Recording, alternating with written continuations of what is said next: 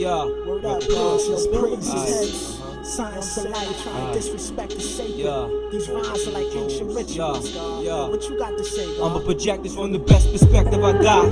Becoming a light being despite seeing through right reason. Young lords, military enforcement. Avoid the reptoid nature beneath equator. We see through phases. Energy incapacitates my body. Silently I flow in cosmic harmony. I breathe the breath of life that stimulates the masses for one common cause. Pause before this great apocalypse. The return of the ancient in days, incarnation with the sun rays and the star absolute. Travel the time capsule. I need to stop up with illusion, rhyme retribution. I stay focused with a precise vigilance. It seems like every day I build skill with the lyrical. And so I can make my circumambulation around this labyrinth. Interpret a snake, serve a crop, so go hover all sacred seal, uncover all. Don't you know rhymes are like ancient rituals? If they get up in the wrong hands, it's critical.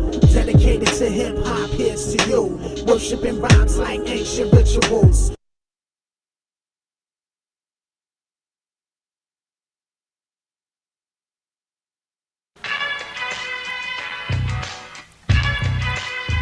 The book of three open revealing past, present, future.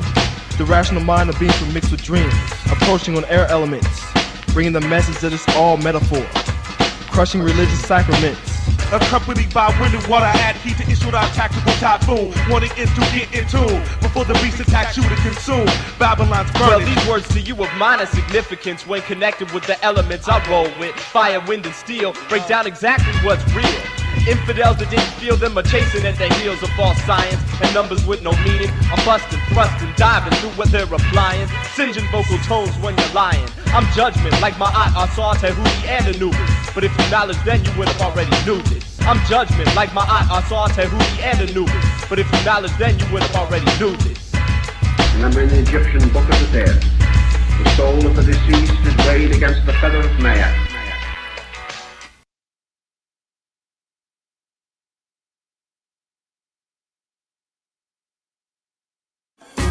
It's time to rise, it's time to rise, time to rise.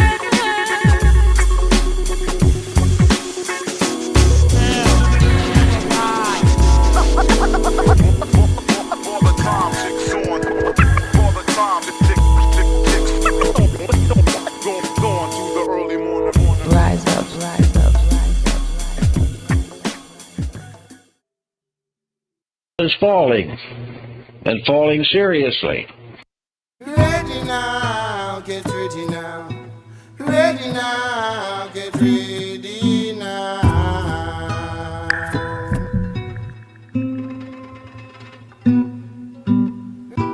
Almighty Maat, Maat, Maat, grant access to the halls of a mentee.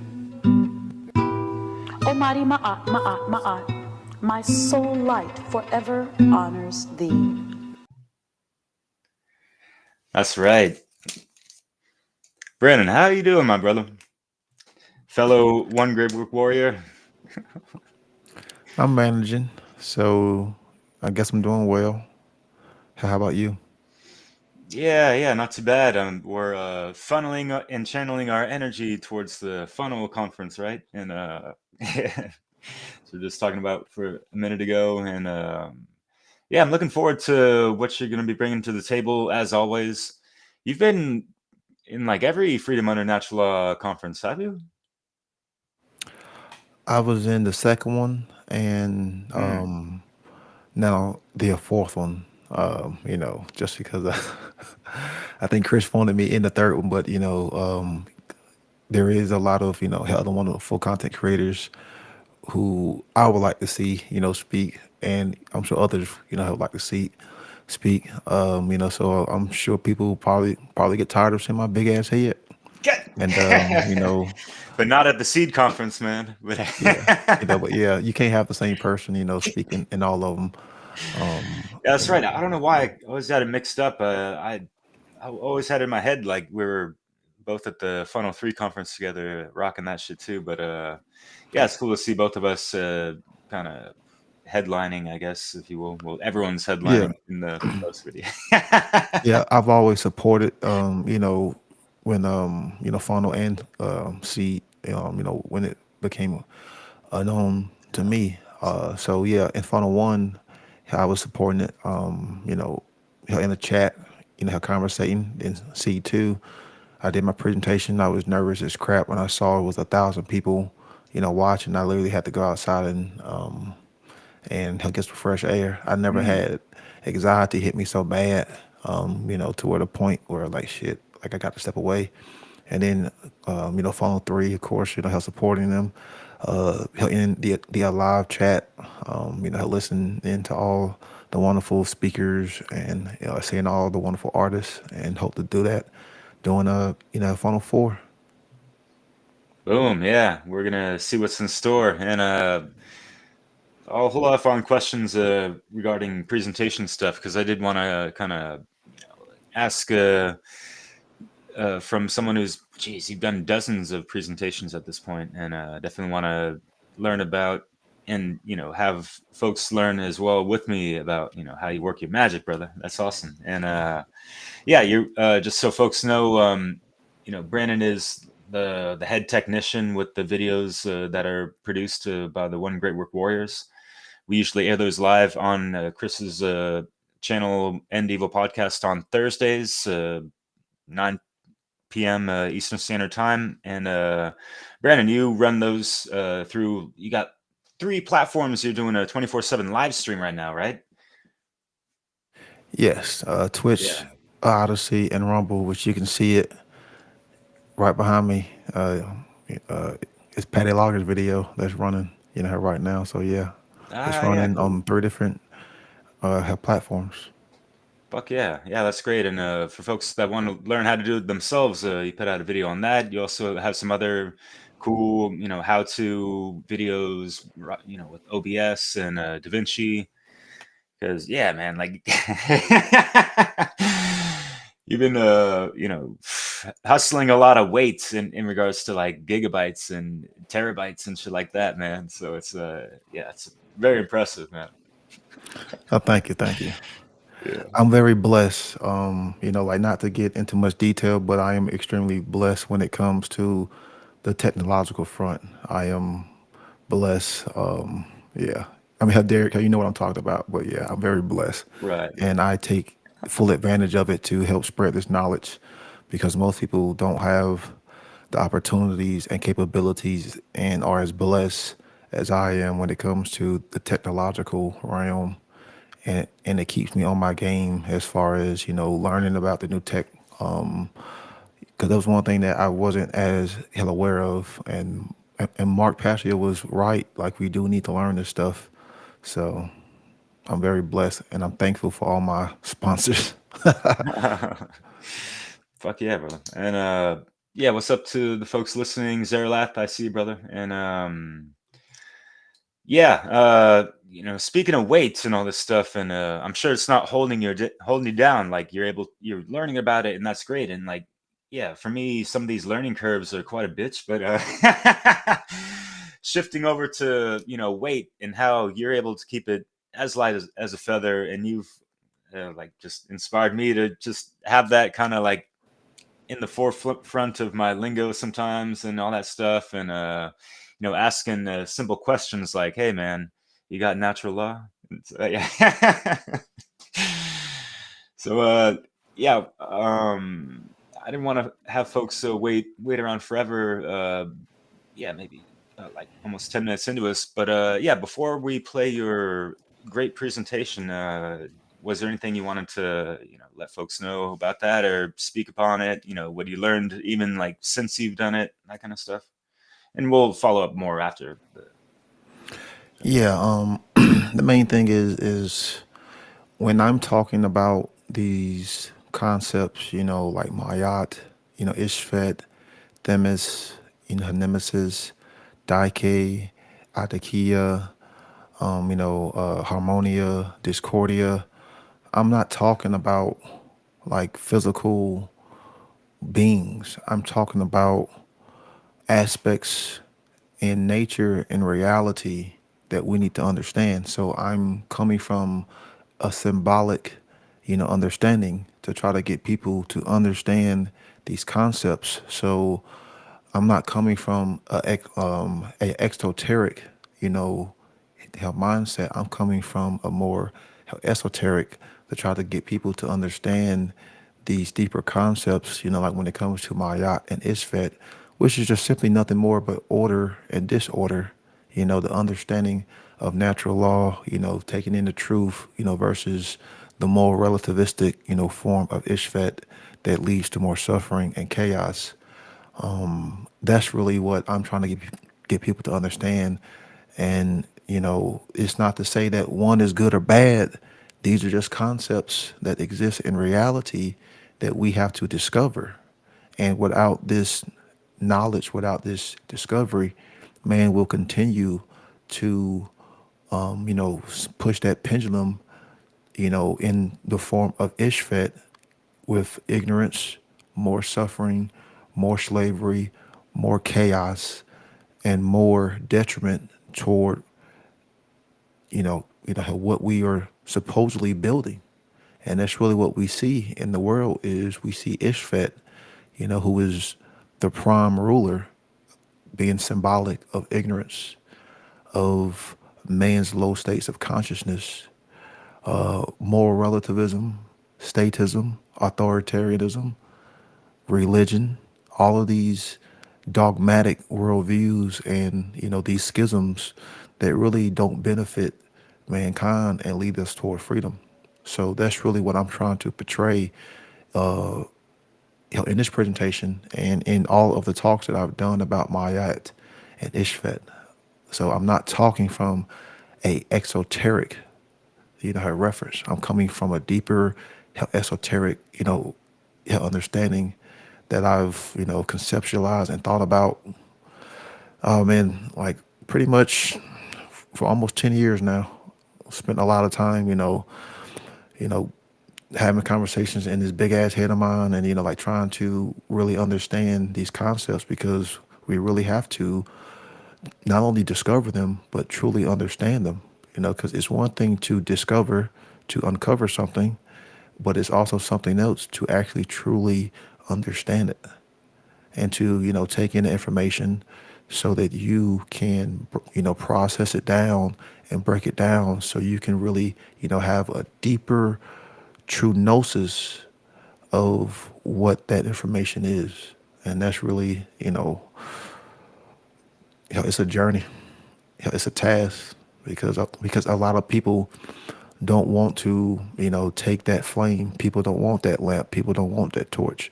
And that's why we see, the true teachings of Mayat, of Mayat slowly fading out in the world. And we see Ishvet, we see Nemesis, we see Adakia, we see Concordia. We see that being, more prominent in, in this world. Yeah, no doubt. And yeah, I love how you have the title Natural Law to like emphasize that. And yeah, how it's like this life, it's the quite the balancing act, with the scales in mind all the time. And yeah, keeping it light as a feather is, reference to that and having one's heart as light as the feather of Mayat and all that good stuff. And yeah, just understanding just the causality of things and like, okay, like there's cause and effects for all our life decisions. So is it aligned with Mayat's, which is, in order and balanced, or is it going to be more chaotic with Ishvet and all that stuff? So consequences, but yeah. And real quick, I want to correct myself because I said Concordia. I meant to say Discordia because Yeah, I Discordia was, was, the Greek/Roman form, like minor deity. Concordia and Discordia were like lesser deities, like compared to Themis and Nemesis. But yeah, I meant to say Discordia. And that's the problem with these names is like, yeah, like even sometimes I will get them confused, because these names are just symbolic of things in reality. And there's hundreds of different names, like these principles, these aspects were talked about in pretty much every tradition. So yeah, it's cool. I love how much and how deep you've delved into these things. And yeah, what's up, Sarah Cross? You and her had some really great discussions. You even got her T-shirt. And yeah, talking about like Da Vinci, like the real Da Vinci, not the software program, But yeah, man, like that's great, man. I really admire your knowledge, and for folks out there listening, I consider this man kind of like the modern day Manly P. Hall in a sense, So yeah, Oh, like that's something I can't accept. fair enough. But yeah, No, yeah, a because little no, like, flattering. yeah, like, yeah, I can't accept that from anybody. I am nowhere near even close to that greatness. But thank you, but that's something I can't accept. Yeah, fair enough. And yeah, appreciate your humbleness and all that. I guess, it always comes to mind just like your cool, calm, collected voice. It's kind of like, it reminds me of a good old Manly P. Hall with that, proper knowledge, behind the vocal cords and all that good stuff. So yeah. By the way, I didn't have this when we first met in Vegas. Otherwise, I would have brought this over and be like, "Yo, man, check this out." But yeah, I've been flashing this around and a lot of videos. It's been cool. It's always that good reminder, keep it balanced out there, right? So, and there's so many ways we can go about this stuff. But yeah, without further ado, if you want to get into the showing your presentation, I'm all good to go with that. And yeah, but please, if you have anything else you want to say. Yeah, one last thing. It's about, serving truth, serving the truth, and truly being a good moral individual, and making the conscious choice. That's where I think a lot of people fail, is they're not making a conscious choice.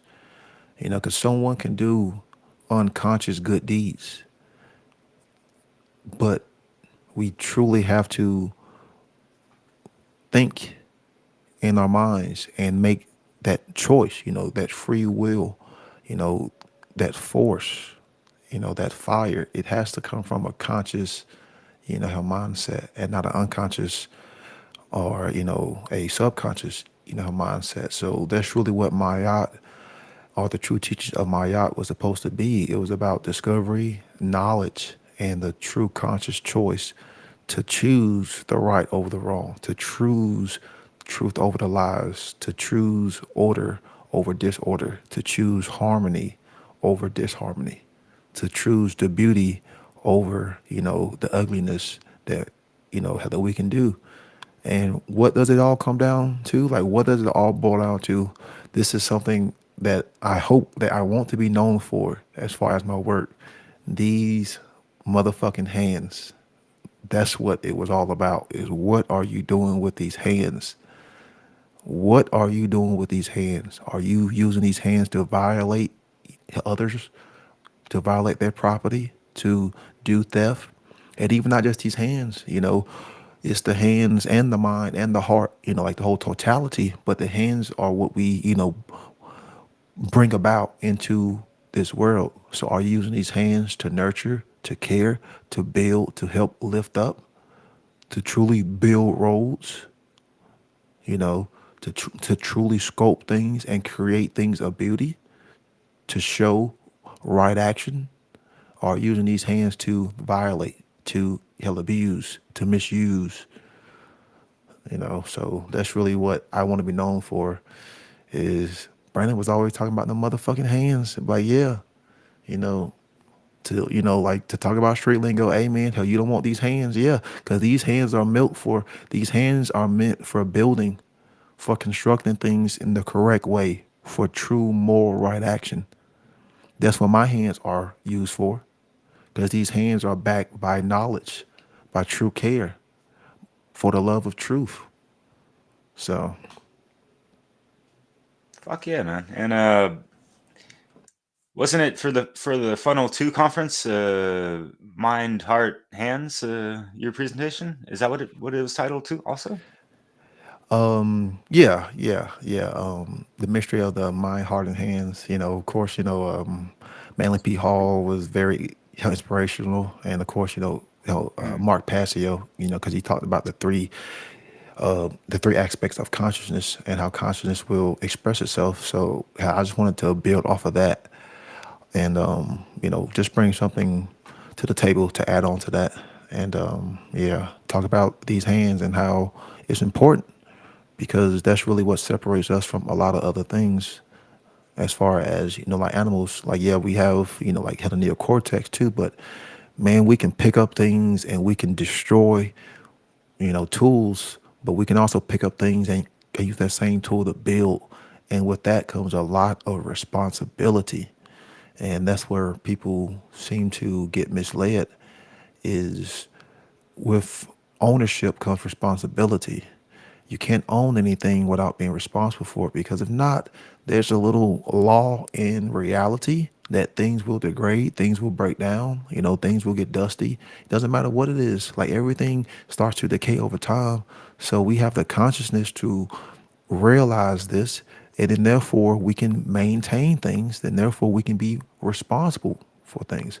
So if existence, if nature, if reality, if God gave us, this gift of thinking, the gift of these hands, then there's a level of responsibility that inevitably comes along with that many people are trying to give up, because they just think, oh, these hands are meant for, going out and voting. These hands are, meant to perform theft. These hands are meant to, to put on my spouse, or, to put on, have my kids, or to put on other, lower forms of consciousness in the animal kingdom. No, those are all violations of natural law. Those are all violations of property rights. And that's what leads to the negative detriment of Isfet, of nemesis. So these hands come with responsibility. We have to be responsible for them, just like we have to be responsible for what we create, just like we have to be responsible for what we say. We have to be responsible for our bodies. We have to be responsible for our minds. And we have to be responsible for our feelings too. We can't leave like one of the three aspects of consciousness out of the equation, because whenever we do, you have what? 666 repeating. You have 2/3. That's not a whole holistic human being. You're in a schism. Yeah.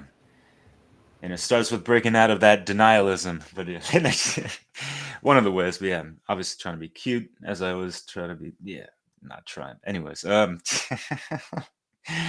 yeah, you bring up a lot of good points. And yeah, dude, I'm not going to piggyback too much off of it, but yeah, like we're like the only species on the planet that can use these hands to like manipulate nature in such a grotesque way. And yeah, it's just it's part of that discordia of not being harmonized with the right frequencies of natural law and stuff. So it's like striking that discord with the wrong song, if you will. Yeah, I'm thinking about Leslie. She's going to be doing a cool presentation, and Conrad Aroga's also. They're going to be speaking about music, and I'll be touching on that obviously with my presentation and a smidgen, but yeah, can't help myself, dude. And have one last thing before you show the presentation. Chris Nelson work inspired, had his presentation, had a lot. Of course, like if you're gonna put anyone's name, up there with Manly P. Hall, like his name should be, held there, in my opinion.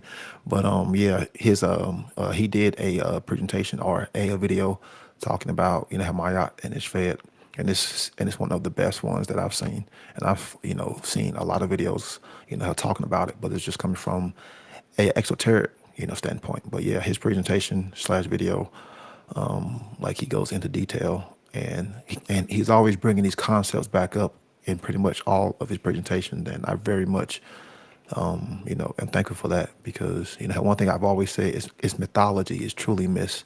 We need more of those true myths to get people to actually learn to think outside the box, and to see these deeper aspects in nature and reality and in ourselves.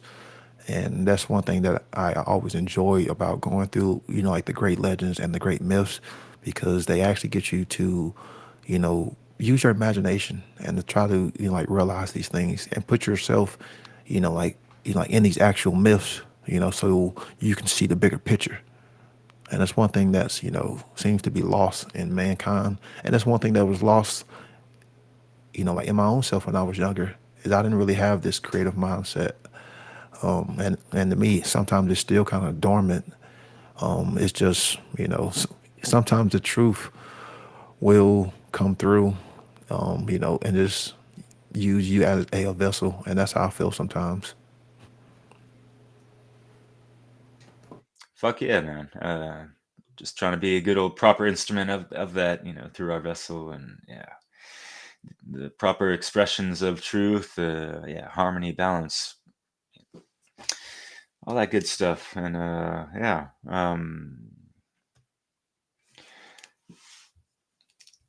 shall we? Sure. Right on. Enjoy the show, everyone. This is about what, like an hour and a half long ish? Yeah, more than likely, because I hate hearing myself talk. Yeah, that's cool. Yeah. Yeah, I showed Chris Nelson. He's going to be presenting also on the Funnel Conference. Yeah, folks can check out his works as well. And yeah, maybe he's closer to Manly P. Hall because, you could literally fill in textbooks of all the slides and things that he's done and written. So yeah. And obviously Manly P is, quite the author of, books of the secret teachings of all ages, amongst other things, and Al- Keys to Alchemy. I forget the title correctly, but yeah, great man, great teacher. Yeah. All right. And have we plugged in enough things yet? All right. Enjoy Brandon's presentation, Maat versus Isfet, on that good old Natty Law. But as long as we say to ourselves, we will do as we please, the same thing, it falls into our moral structure. The morality of the people is falling, and falling seriously. All right, everyone. Hope all is well. Hope people are still holding the line. Coming back with another presentation. Oh man, I'm tired from a long weekend of work. So I actually been thinking about this presentation for a while. I actually was gonna do it tomorrow, but something was just like, Brandon, go ahead and get it done today. So before we jump in, I hope everyone always check out the links. Go out and please check out the One Great Work Network created by Mark Passio, along with a lot of other great content creators that are, putting out a lot of good information on freedom, truth, natural law, rights, anarchy, voluntary actions. I actually just got done listening to a great video with Catherine Waters, Cat Waters, and she was interviewing Mark Passio and Sean Stone. Sean Stone has another documentary coming out, so I can't wait to check it out. So it has a lot of great information in that interview. I'll make sure to link it. But this one's gonna be on Maat and Isfet, and these two goddesses were embodiments of natural law. And I think most people have heard of the Egyptian culture and familiar with the Book of the Dead. But mythology was actually one of the first things that got me interested in my own journey. I remember hearing a lot of the great teachers, Michael Tessarion, like the David Icke, the Jordan Maxwells, and a lot of the the ones that came before me, and they would always talk about mythology and all the gods and goddesses that come before, and that was just something that sparked inside of my own being. Like, man, like I wanted a piece of that. I wanted to know, and here we are 9 years later, and I'm creating my own content. So mythology was very important as far as me coming to an understanding of these truths. My own journey. And I feel that these two embodiments, because Maat and Isfet were just one of the same, from the way that I see interpretations of natural law, right action versus wrong action. And that's what I hopefully I'm going to try to convey in this presentation. So let's go ahead and dive in.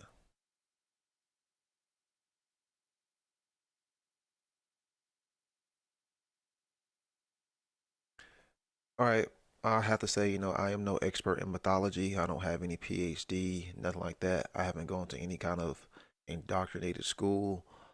This is all what I've come to understand through, my own investigative, research.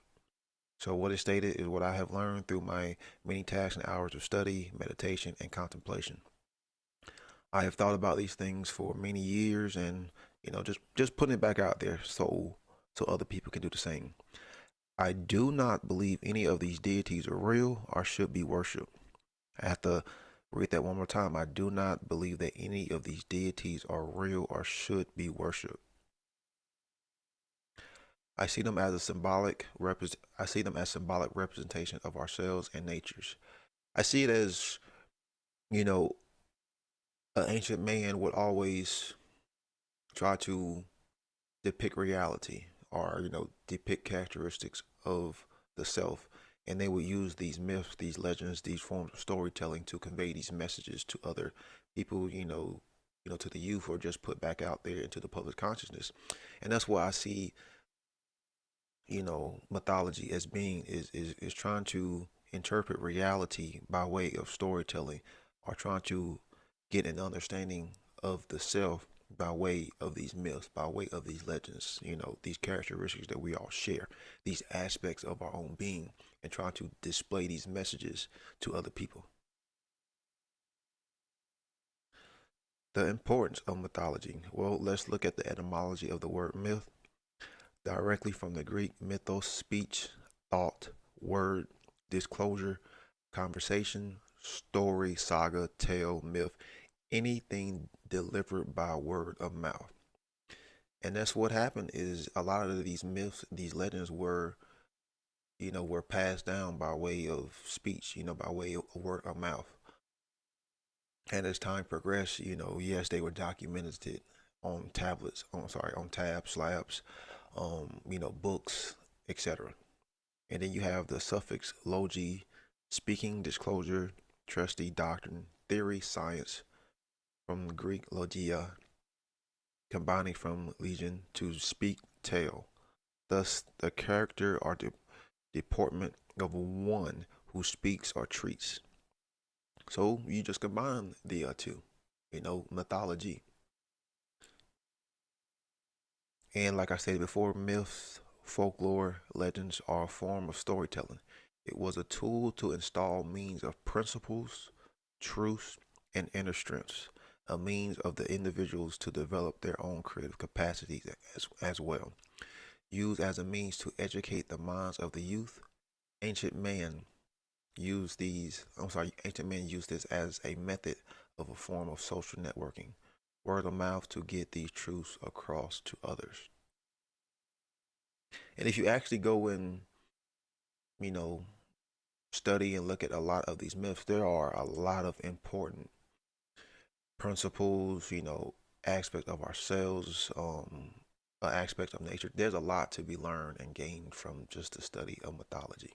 It is an important topic for the individual to understand, because you can see these, you can see that man, even ancient man, has always dealt with these problems, or has always, wondered about consciousness, or good versus evil, or the story of the two brothers, or the great mother. These archetypes that we have seen displayed over time and time, from civilization to civilization.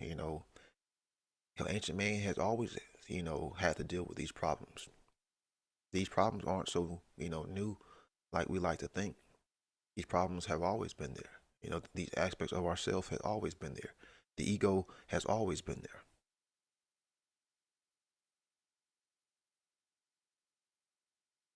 These myths were always highly symbolic. The symbology helped the initiate start their own journey in their mind. Universal truths, archetypes, and motifs were the basis for a lot of these myths. The journey down the road of consciousness, trying to get man to understand the self and the laws of nature. And like I said before, these myths were used for man to decode and come to an understanding of not only just himself, but nature, the objective reality that we all share and create. So let's look at Maat and Isfet, who were personified. These were personified goddesses, not real, physical, beings. Even though some people may feel that way, I personally don't. So you have Maat being like the kind of righteousness version. And remember, these are just one and the same. These are the same deity. You have Maat representing truth, representing love, representing harmony, justice. She represented natural law in its loving, caring, positive aspect. She represented morality, doing what was right. She represented order and goodness. Then you had the same deity, but her counterpart, Isfet, her chaotic form, representing things that were untrue, representing ignorance, representing disharmony or going against the laws of nature. You have injustice. She also represented natural law. But in her fear form, when you were ignorant of her. And then you also had her representing immorality, chaos, and evil. And in the Egyptian culture, Maat was always one of the highest deities, behind Osiris. And I always would like to think that Maat was kind of watered down into like forms of Isis. But like she was the great mother, she was the great goddess. And the Egyptian culture, if you're familiar with the Book of the Dead and the Weighing of the Heart, actions, like what was your heart, what was your action, what was your behavior aligned with? Was it aligned with Maat and the teachings of Maat? Or was it the opposite? And like I can't state this enough, both of these are one and the same. A representation, embodiment of natural law and a mythological motif. And we saw this, they had their own way of these teachings. The 40, it was called the you have it in this positive aspect, the 42 ideals of Maat. I honor virtue, I benefit from gratitude, I am peaceful, I respect the property of others, I affirm that all life is sacred. Just these teachings that it was like a universal code, for the Egyptians, and aligning your actions, your behaviors to these codes. Now, yeah, some of them kind of went too far and, possibly, believe that this was an actual being, but, they always felt that if you align to her teachings, then once your time came to, whatever your next journey was into the afterlife, once your heart, once you go to be judged, then your actions, your heart will be in align with Maat's feather. Then therefore you could go to the next realm with Osiris and, do whatever, they thought came next. And this was called the laws of Maat. And then you also had it in his apophysis, not necessarily negative, but in its, I've talked about apophysis before, the 42 divine principles of Maat. I have not committed sin. I have not committed robbery with violence. I have not stolen. I have not slain man or woman. I have not started food. And I always look at the apophysis approach as something that's a little bit more powerful, because we've all been wrong before, so you can put yourself in a situation and know what it means or feels like to be wrong. So you can look at it and say, since I had felt that way, and what would I not want done to me? Dude, what the fuck is going have, on? so have I not done that same thing to someone else? And the hypothesis approach is always one of the best methods of teaching. So I would always go with, this hypothesis approach in the 42 divine principles of Maat. And this was found in the papyrus of Anai.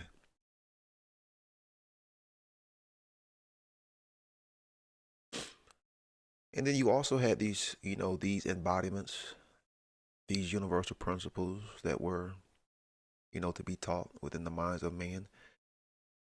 You see these embodiments in many other forms, not just the Egyptian tradition, but you also saw them in the Greco-Roman, tradition.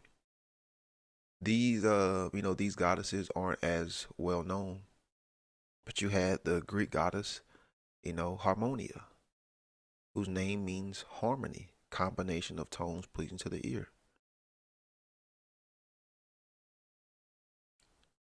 She was the goddess of concord, with one's own mind. You have the mental and the physical being in harmony with each other. And just harmony in and of itself, She represented order, civic duty, divine justice. And this is another topic that we are going to cover, divine justice, because that's one of the other, let's just say, traits of the goddess. And then you also had Harmonia's counterpart. You had Eris, which she was the goddess of discord, strife, separation, chaos. And if you look up the etymology of both words, I've already gone over what the word harmony was, just emerging, the coming to, the coming together literally means of joining. But you look at, the etymology of the word Eris, goddess of discord in Greek mythology. From the Greek Eris, strife, discord, which is of uncertain origins. But you look at, the etymology of the word Satan, ha-shatan, to plot or go against the adversary, one who plots against another. Isn't that what discord means? I mean, isn't that not what would bring chaos? You plotting against your fellow brother and sister? I mean, so in actuality, you can say that these two words are almost synonymous with each other.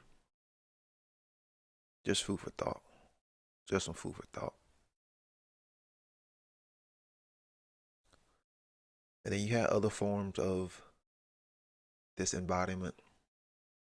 The Greeks also had, because, the Greeks were around for a couple hundred years, if not, more than that. But it's like every so often they would shift characteristics, kind of change names. So you had Dakia, I think that's how you pronounce it, because they kind of split Harmonia up into three minor deities, three minor goddesses, and Dakia was one of them. She represented justice, moral order, good judgment. And then another one was Concordia, agreements, social a social concord, like society coming together, on voluntary, actions, using free will, no coercion. And she also represented peace. Peace, something that we all say and claim that we want. But Dakia's counterpart, once again, these deities were one and the same deity, just different manifestations based on our actions. Because that's really what we're talking about here, is our actions. We're talking about human beings' actions and what we are choosing to align our actions with. Something that I've talked about many, many times before in my previous works. You had Idakia. She represented injustice, wrongdoing, bad judgment. Then you had Discordia, representing violence, discord, chaos. So which one would you want to align with? Would you want to align with Concordia, Daikia? Or would you want to align with Discordia, Adakia? It all comes down to free will choice, folks. It all boils down to free will choice, and it always has boiled down to free will choice, because that was one of the things that Maat and Isfet was trying to teach the people, is you have the free will choice to choose what you want to do as far as actions and behaviors. Man has that power. Man has that gift. That's what separates us from all the other animals. That's what separates us from all the other, beings in other forms of kingdom is man has the ability to choose and make decisions for himself or herself. But based on what you choose, you're going to get an effect based off of what you selected. And that was one of the things that Maat and Isfet was trying to teach the initiate. And we're going to cover this, later. And you can see in the depiction in the middle is you have the Kia, who is the one who is, using self-defense to pretty much check her counterpart, because that's what we should be doing, is we should be checking, forms of injustice. We should be calling people out on their wrongdoing, on their wrong behavior, bad judgment. We should be calling out people who are using violence. We should be calling out people who are creating chaos, manufactured chaos. Because if we don't, then these things just go on unchecked. These things become more and more worse. See, we should be checking people. We should be using judgment. We should be calling people out. Because that takes what? Courage. Responsibility and accountability. We should be holding these people who are doing these forms of wrongdoing. We should be holding them accountable. Because if not, our whole species gets held accountable. That's what people seem to forget. By not checking these wrongdoings and not by checking and correcting these injustices, our whole species gets held accountable. And one of my personal favorites, I would even say even more than Maat and Isfet, is Themis. And Themis wasn't necessarily just individual, retribution. It was, let's just say, cosmic retribution, universal, collective retribution. And she represented good counsel, justice, natural law, and divine order. Divine order. So you look at what the etymology of what her name is. Great goddess of law and justice. Naming custom, right. Literally that which is laid down or established.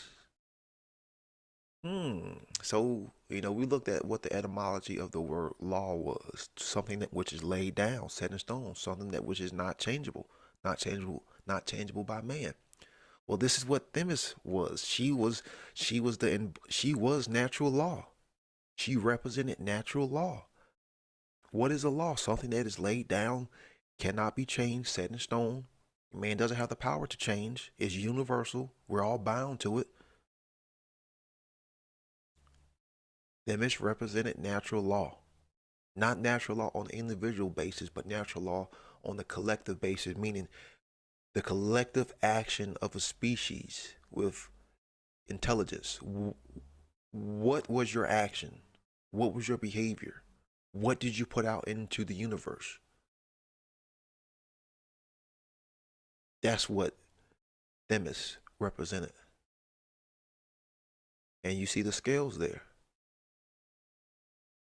Because not only do our individual actions get weighed, but our collective actions as well. So if majority of the species is in wrongdoing, you know, is aligned with Hell Ishfet, then we are all going to suffer the consequences by way of Themis, by way of natural law, by way of the universe giving us exactly what we are putting out.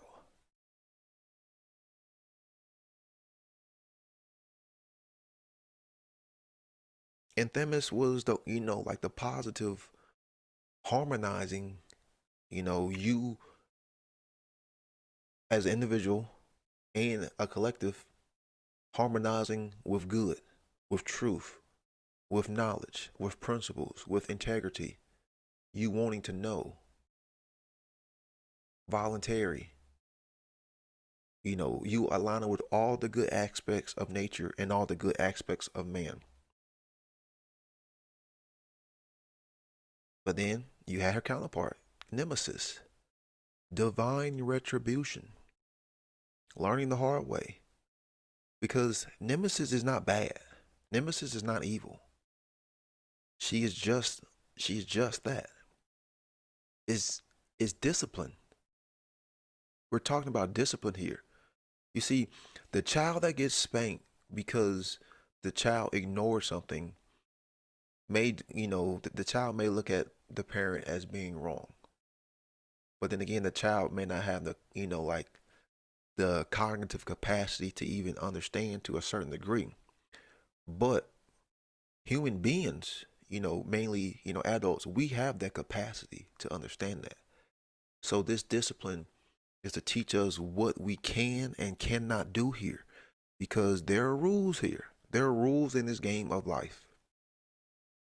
There are rules here. Man is just not free to do whatever the fuck he wants. There are rules set in stone. There are rules placed here that govern this reality. That's why it's called learning the hard way. Because you can learn the easy way by listening to the elders, by listening to all the teachers, by listening to the ones that come before you, or you can be that young adult who's ignorant, whose ego is unchecked, who thinks they know everything and just wants to do things the way that they want to do, while you are ignorant to the ones who came before you and try to lay down the framework and the basis for you to understand. That's what Nemesis is. It's there to teach us. It's going to be a hard lesson. Yes, it is. It's going to be a hard lesson. But this is about discipline. The etymology of the word Nemesis, Greek goddess of vengeance, personification of divine wrath, just indignation, righteous anger, literally distribution of what is due. I love that because you're talking about, you know, you reap what you sow here. That's what we are talking about. You reap what you sow. Distribution of what is due. So you're getting back what you put out by way of Nemesis. So once again, look at humanity's actions. What have we created? What have we put not only into this world, but into the universe? What has man done?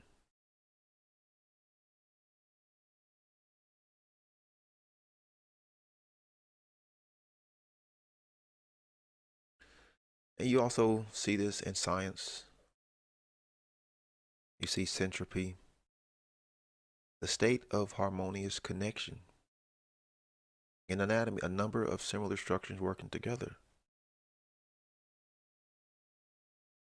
As you can see in the bottom left picture, you know, you see all these molecules. They're working as one in harmony to create what? A heart. A beautiful depiction. That's, you know, that's what we as individuals have the capacity to create. That doesn't mean, you know, we have to get along on everything. Just like, no, like we're not willing to bash each other's heads in and do violence because we disagree with someone.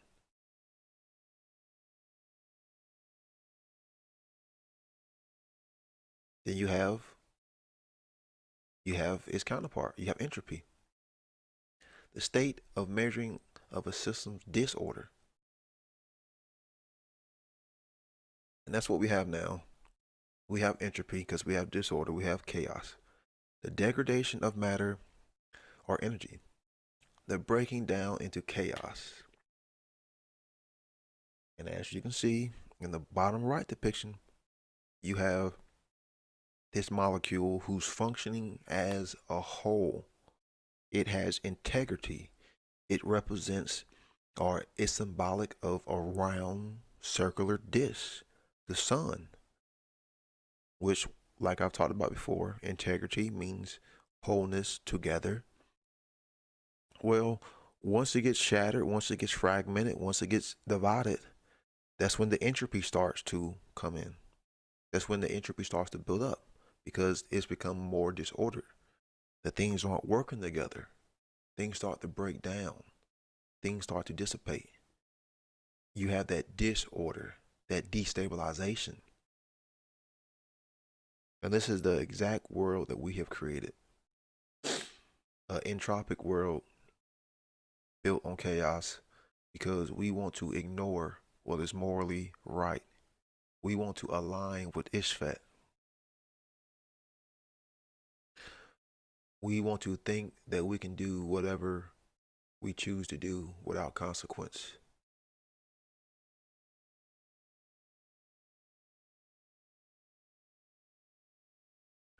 But let's look at some of the hermetic principles at play here. And you can actually, talk about all 7, but I'm just going to use these 4 right here. And mind you, you should never really take one principle out without the other 6, but just trying to convey a message here that I think people could, just grasp off simple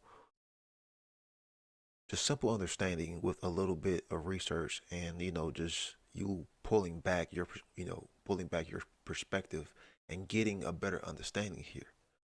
So these principles come from the Kabbalion, which I've talked about many times. The principle of polarity, the principle of correspondence, the principle of rhythm, the principle of cause and effect. So, and once again, these comes from Hermes. Hermes, he was the Greek, I want to say, and then no, Hermes was the Roman, I think, in Rome. No, Greek, his name was Mercury, and then Hermes was his Roman name. But in the Egyptian tradition, he was named Thoth. He represented the intellect, he represented travel, he represented communication, he represented knowledge, he represented wisdom, he represented gnosis. So once again, these are embodiments, personifications, symbolic representations of ourself because we all have that intellectual capacity. We all have that mind, communication, all these good things that make us who we are. But let's look at polarity. The the Kabbalion, just a small excerpt. Everything is dual, everything has poles, everything has its pair of opposites. Like and unlike are the same, opposites are identical in nature but different in degree. Extremes meet, all truths are but half truths. All paradoxes may be reconciled. So you have Maat and Isfet that are dealing with polarity. They are dealing with polarity. We perceive one to be good, we perceive one to be, bad. But they are just aspects of ourselves through our actions. Because once again, Isfet is not bad. Isfet is not evil. Isfet is just a disciplinary force that comes when we choose to ignore the law of nature, when we choose to ignore objective morality. So it's not that she is evil. We are causing this transformation based in knowledge or ignorance of natural law, giving us effects. This myth was used as a tool to teach us what we should not do and how to overcome dualism within. Because yes, we can we can overcome dualism here, folks. We can overcome dualism. Evil doesn't have to exist within ourselves. We can actually weed it out if we really wanted it to. We can shift that. We can shift that pendulum swing of, of rhythm to one side, to where we won't have to, suffer from all this man-made suffering. People think that evil has to, that people think that evil has to exist. No, it does not. You're choosing to align with it. And sadly, because you were choosing to align with evil, you were creating that same evil that you were choosing to align with based on your worldview, based on your beliefs, based on your actions and your behavior. We don't have to choose to align with evil. We can also choose to align with good. But you have to know what true moral good is in order to align with it. And that's where people fall victim, is because they think good is just going out and following orders. They think good is going out and getting a government job that's based on, stolen money. They think good is how much money you have in your bank account. They think good is, is how many bitches can I slay? How many people you slept with. That's what people think good is. It has nothing to do with true moral good. 0% to do with true moral good. Good is aligning with truth. Good is standing up for all forms of injustice in a tyrannical world like we live in today. You using your voice to speak out and trying to teach others these same principles. Good is aligning and standing on your principles and not backing down. Good is correct. Good is moral. Good is true. Good is teaching people about natural law and objective morality. So these myths were used to get the initiate to understand, hey, you are capable of good and you're capable of evil, but it is up to you to choose what you want to do. And once you align with one, then based on your alignment, that's going to create behaviors and actions that you're going to manifest within the world. That's why they had the whole weighing of the heart. Because if your actions were based in good, then you got to go into the afterlife with Osiris. If your actions were aligned with, wrongdoing and immoral, well then you got transferred to the next realm, to where your soul got gobbled up by a Met, doomed to suffer for eternity, I think was what it was in the Egyptian culture. I could be wrong on that. Correspondence. As above, so below, as below, so above. The great second Hermetic principle embodies the truth. There is a harmonious agreement and correspondence between the several planes of manifestation, life, and being. This truth is a truth because all that is included in the universe emanates from the same source, and the same laws, principles, and characteristics apply to each unit, or the combination of units or activity, as each manifests its own phenomenon upon its own plane. So, once again, I've talked about the individual basics of Maat, and then you have its higher form of Maat that I call Themis, or that the Greeks call Themis. So you have like a microcosm scale and a macrocosm scale. Our actions that we do on an individual basis, the more and more people that do those same actions or align to those actions, that's going to create a correspondence on the higher plane of manifestation, being in the macrocosm / the cosmos, the all, the universe, whatever the hell you want to call it. The myths of Maat and Isfet were supposed to teach the individual about the connection of the individual with the cosmos. I'm going to say that again. The myths of Maat and Isfet were supposed to teach the individual about the connection of the individual with the cosmos, granting one understanding they are the ones in control of their life and destiny. helping us learn from our mistakes by weighing our actions, behaviors, and wrongs to correct them. So, in this connection, our actions affect other people. Of course, I mean, most people know that, or at least most people know that. They don't truly deeply, truly deeply understand it, because if they did, they wouldn't be out doing dumb, immoral fucking actions. But the more and more people that are doing these good or bad actions, then the more and more the universe is going to give us exactly what we put out. So there's a corresponding, there's a corresponding reflection here. If people haven't figured it out, and like the bottom of the picture says, morality is proportional, to freedom, because the more moral people there are in the world, then the more freedom there's going to be in the world. That's why we see, because freedom is on the rampant decline. Literally, it's sinking so quickly. It's like there's no word in any language to to describe it. So then, by law, if that freedom is sinking that quickly, then that means as the day goes on, there's more and more immoral people.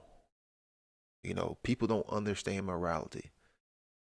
And because they don't understand morality, or they are going to create based on what they know or not know.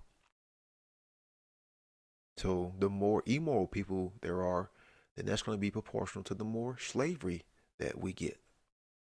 This is the correspondence here. There's a correspondence between the microcosm and the macrocosm. You can look at the microcosm as the individual. You can look at the macrocosm as the universe. You can look at the microcosm as free will. You can look at the macrocosm as natural law.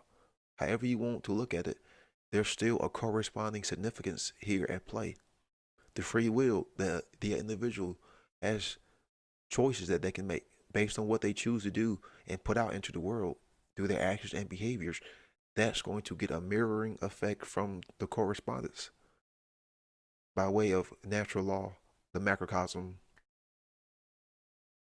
So simple to grasp here. This is so simple to grasp. The universe is a big fucking mirror. One big gigantic fucking mirror. Rhythm. Everything flows out and in. Everything has its tides. All things rise and fall. The pendulum swing manifests in everything. The measure of the swing to the right is the measure of the measure of the swing to the left. Rhythm compensates. The principle of rhythm is closely connected with the principle of polarity. Just like I stated in the principle of polarity, we can swing that pendulum tide one way to where we don't have to create suffering for ourselves. We don't have to create suffering for other beings. We don't have to create suffering for the planet. We don't have to create suffering for the universe.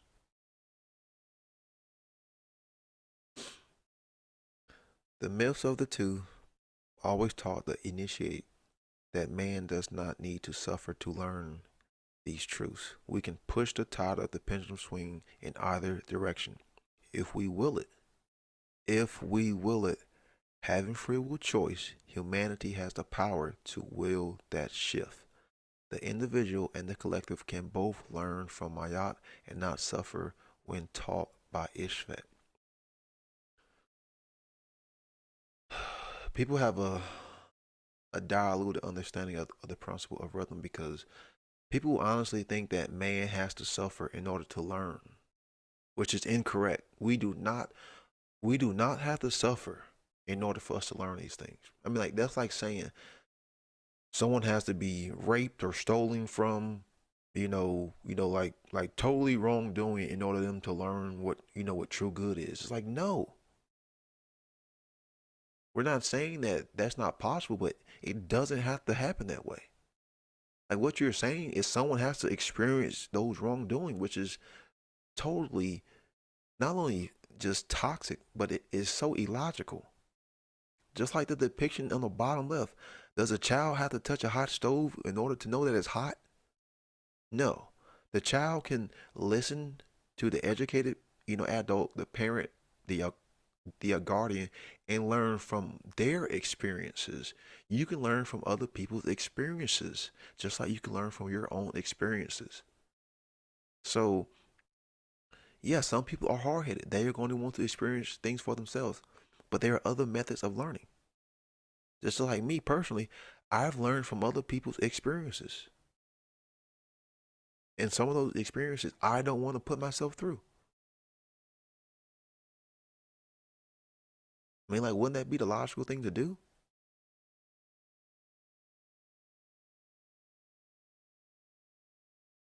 Man does not have to suffer in order to learn. If you think that you have a toxic worldview, that doesn't mean that we can't learn from that suffering, but it doesn't have to be that way. We can learn the easy way. We can learn from Maat. We can learn from the less suffering way. Because that's really what we're talking about, is how much suffering does humanity want? I mean, obviously, we have chosen the path of max suffering because, we've been suffering since day one. And because the individual suffers, they project it out on other people and they want other people to suffer. But man seems to love suffering for some reason. Man does not want to alleviate suffering. Man does not want to fix his own suffering. And that's what Maat and Isfet was trying to teach the initiate. And remember, Isfet is not wrong. You don't call the stove wrong and evil because it burnt the child.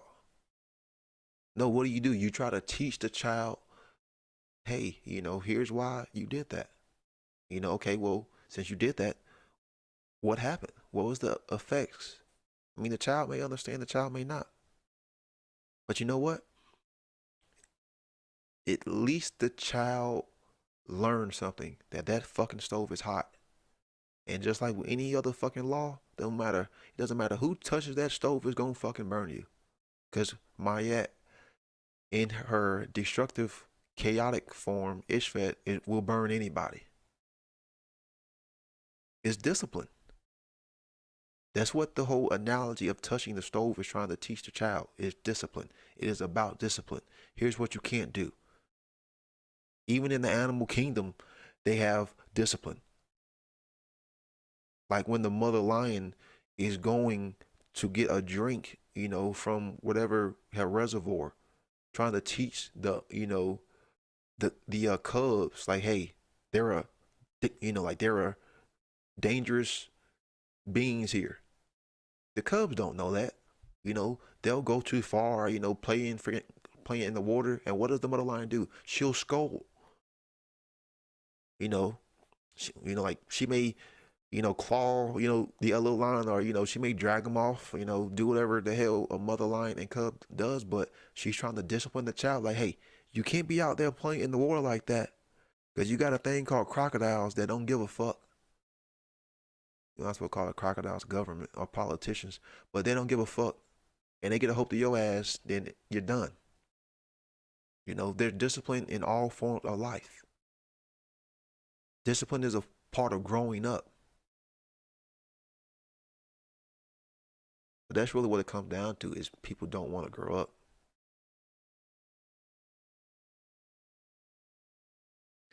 Cause and effect, which is one of my favorite ones. Every cause has its effect. Every effect has its cause. Everything happens according to law. Chance is but a name for a law not recognized. There are many planes of causation, but nothing escapes the law. Nothing escapes the law, folks. Cause and effect embody the truth that law pervades the universe, that nothing happens by chance, that chance is merely a term indicating a cause existing but not recognized or perceived. That phenomena are continuous without break or exception. The myths help one gain an understanding of the principle because it is ingrained in the fabric of creation. Yes, cause and effect is ingrained in the fabric of creation. Doesn't matter what you do, it's going to have an effect, and it doesn't matter what the effect is. Something had to have perceived it or caused it. People try to say cause and effect isn't real because there's a lot of causalities that happen for it. Once again, it's still kind of proving that, you know, cause and effect is real. It doesn't matter how many causalities, led to that effect. That effect is going to lead to more causes. Action and reaction. Doing moral and good actions, Maat, would create a harmonious world with nature. Doing wrong and bad actions, Isfet, would manifest disharmony with nature. With free will choice, the individuals can create whatever experience they choose. Once again, the cause is us. We are the causes here. At least the ones that know that. We aren't the effects. The effects are the people who are injecting their fucking selves with a death jab, trying to merge with technology. Those are the effects, but no. The real people here who know what's going on, they are the causes. They are the ones, that are guiding their own will, guiding their own destiny, creating their own world in co-creation with everyone else, Of course, you can never leave that out.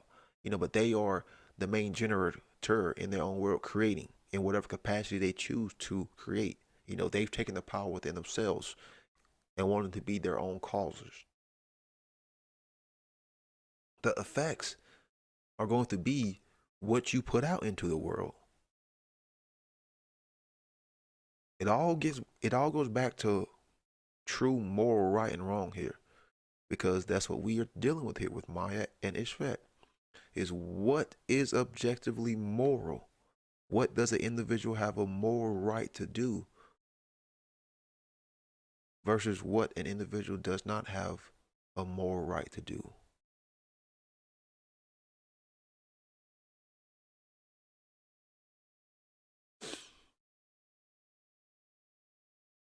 Fucking screen. Hold on. Quick second, real quick. Let me fix this real quick for some reason. Screen's wigging out on me. Screen's lagging. Okay, let's figure out what's going on. Sorry about this. Yeah, sometimes my monitor will act stupid. But it is what it is. You just deal with it and go along with it and say, fuck it. All right, here we go. All right, let's look at the connection with natural law and the natural law expressions. Like I've already talked about Maat, she's on the left, and what she represents: truth, love, harmony, justice, morality, order. You have Isfet that's on the right. Untrue, ignorance, disharmony, yeah, all that good stuff. So you have the generative expressions, love and fear. So once again, what does the individual choose to align themselves with? Love, meaning, knowledge, consciousness. That leads to knowledge, the seeking of truth. Then once you take that information, that knowledge in, that leads to an internal transmutation. Sovereignty. You understand that you are your own king, you are your own queen. No one is in control of you. And then you manifest that in outwardly manifestation, by doing moral, voluntary things. The external expression is you try to create freedom, because that freedom is happening on the internal plane. So once you're going through that transmutation, you try to create that and give that to everyone else. And if majority of the people are doing that, that will lead to an order or good society. Because once again, it's going to be based all on free will, causality. What does the individual choose to align their actions and behaviors with? But sadly, in today's world, with all this nonsense going on, all this government tyranny, scientism, kings and queens still ruling, politicians, people still watch television, buying into fear. buying into fear, gobbling it up, spoon like spoon after spoon after spoon. And this leads to more ignorance, because in a fearful state, we all know you can't logically think, you can't take in proper information for it to be discerned. And because they are in the state of ignorance, that leads to more confusion because they are confused. It's meant to confuse you because in that state of confusion, you'll look for the easiest way out. You'll look for the social engineers methods that they put out for a way of safety and security. Death jab, passports, social credit, lockdowns, put on your diaper, etc., etc. And because you are in fear, you are in ignorance, you are in a state of confusion, that leads to control. Well, these are all manifestations of what the individual would reap, when they align with Isfet: ignorance, disharmony, immorality, chaos, and evil. And because the individual who has aligned with this fear has taken this in on an individual plane, they are going to create that same reality on the external plane. And they'll call for the control of others. Those who aren't fully vaccinated, you can't do this. You can't, you've got to show your papers. And the masses of people that just go along with it. And what has this led to? More division, more chaos, and evil. Because that's what we're dealing with here, folks. Isfet is not evil, just the people who align with her forms of individual embodiments are creating that evil.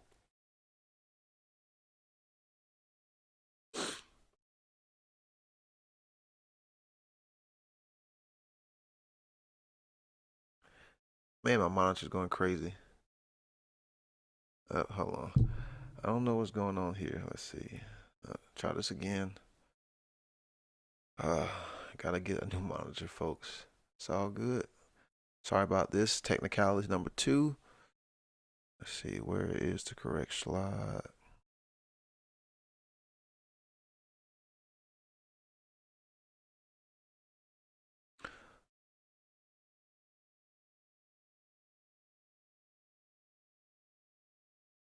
All right, let's try this one more time. They can actually skip a slide, but it's all good. Just gonna go with it. And that's the that's the thing is it's so easy to just give up and say fuck it. There's always gonna be problems that happen. There's always gonna be something in the road. Is how well can you bounce back and continue to keep going. Because that shit right there, slides kind of messing up. It just could have been so easy for me to just say screw it, I'm gonna cut it all out and edit. But I want people to see like the real version. I'm not really with all the editing, cutting stuff out. I want people to see the real genuine me and like the real genuine stuff, because I think people can appreciate that. It looks more real. I'm not with all the fancy stuff, all the catchy shit. Some people may be that way, but I'm not. I think it looks more real, and the feedback that I've gotten from people, they prefer stuff to be more real. So hey, some people may like to do a lot of editing, cutting stuff out. I ain't that motherfucker. I like the people to see like, hey, this is how Brandon is operating. It's just me trying to put this stuff out, doing the best way that I can, in whatever best way that I see it. As time progresses, I will get better and better, at the craft. But if I make a mistake, like, yeah, I'll fix it. But I don't have a problem with people seeing, hell, will ever mistake, because hell, I'm flawed just like everybody else. So you got Themis representing divine justice, representing her natural law, customs, fairness. She is the great mother. She is the great teacher. Then you have, once again, her nemesis, her retribution, learning the hard way. Well, once again, these bottom parts of this general expression of the natural law have manifestations. Order as far as good, or evil as far as chaos. Once again, what are we getting? What are we creating? What has the universe given us? Has it been order? Has it been good? Are we free? No, we are not. It has been chaos. It has been suffering. And sadly, it has been because people have aligned their free will choice with evil. Once again, one is like the loving mother who's willing to open up her arms to you, teach you, teach you the ways of her teaching, teach you about nature. And the other is a disciplinary form. That's why you have the ruler there. She's going to be there to teach you, but it's going to be a form of discipline. Because they both are about discipline. You can discipline someone, the good way. You can discipline them, what we perceive to be the harsh way. Once again, Nemesis, Isfet, Adakia is not something that should be considered wrong or immoral. It is because you chose that. You chose that form. You chose that method of expression from the universe.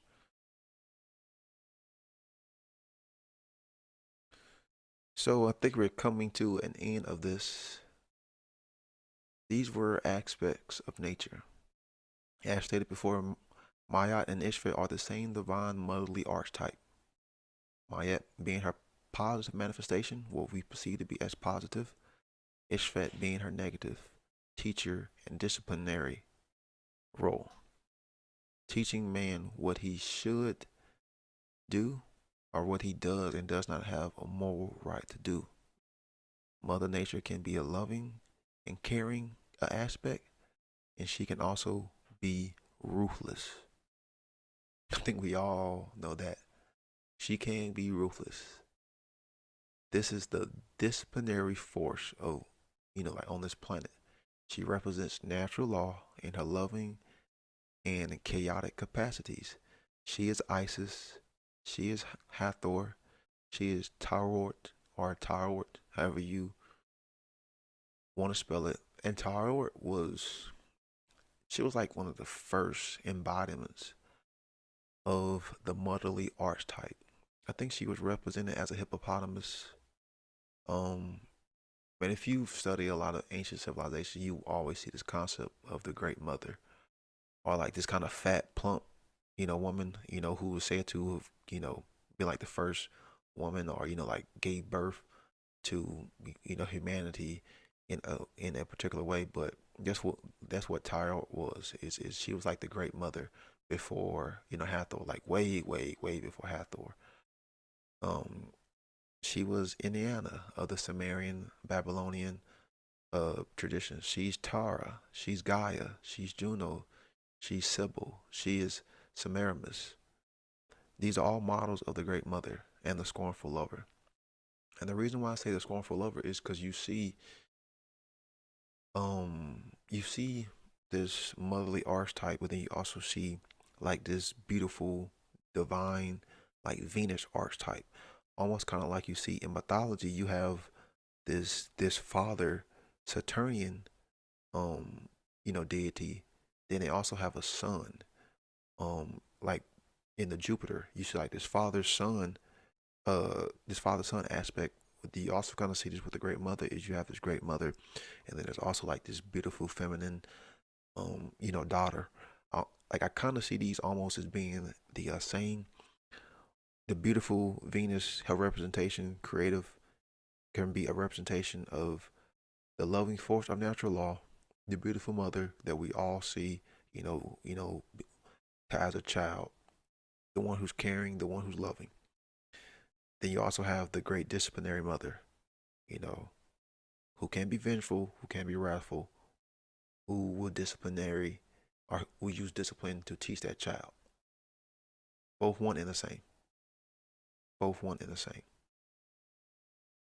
These were all models of the great teacher. Ignoring her is what causes this transformation. The mother who disciplines the child.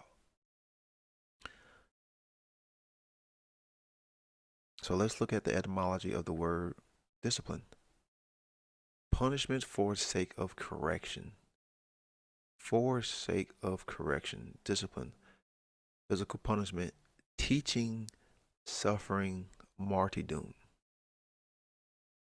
Instruction giving, teaching, learning, knowledge. Always object of instruction, knowledge, science, military discipline.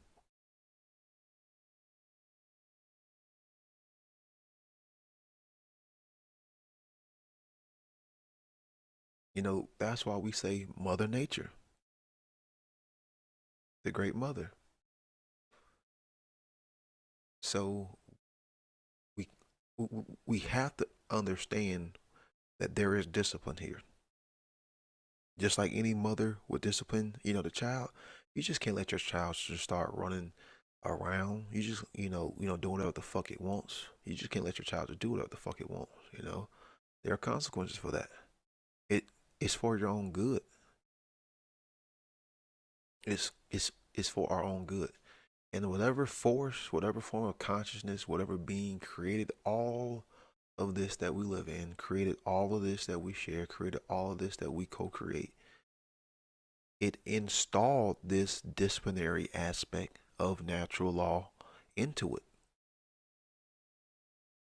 I mean, just imagine if you could create a model similar, to this. Like, wouldn't you install that same software? Because if you didn't, the motherfuckers would be in that shit just doing whatever the fuck they want, to the point where it became so chaotic it would destroy it.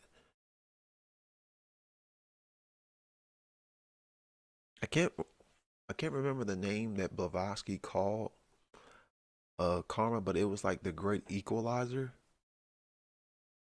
Yeah, because man has gotten to the point where it perceives itself to be the highest power. But over time, as our actions start to, let's just say, bring about Isfet, Mother Nature's going to fucking learn your ass. It's going to teach your ass you ain't the highest power. There are forces here that are greater than man. And that's what we are witnessing here. There will be discipline here. There will most certainly be discipline here. And, like I say, it doesn't have to be that way. It does not have to be that way.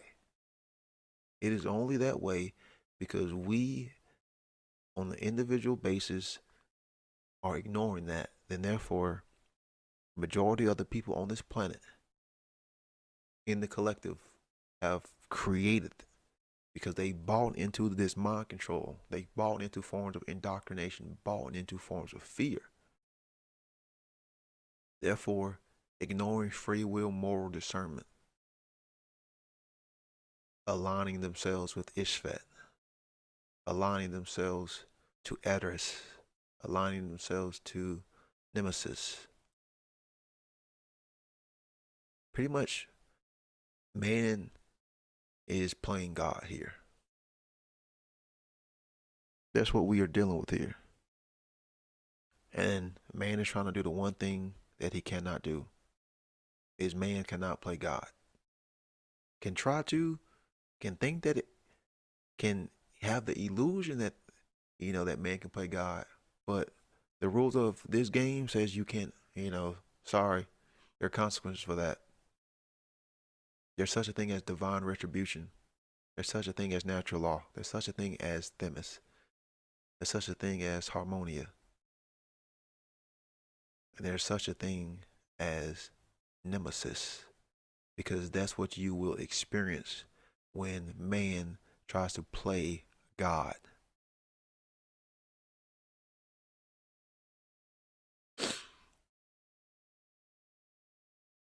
So pretty much what this is about learning and teaching. That's all that this is about. Learning and teaching. It is always best to learn from Maat and her ways, that we don't have to learn by way of suffering. We can learn the easy way or we can learn it the hard way. The choice is ours to make. Once again, are our actions based in reason, based in moral, based in truth, based in logic, voluntary, free will interactions? That's what the whole representation of the loving mother and the child, raising the child up in the air. You have that warmth. You have that inner fulfillment, knowing that the great mother slash natural law slash the universe has your back.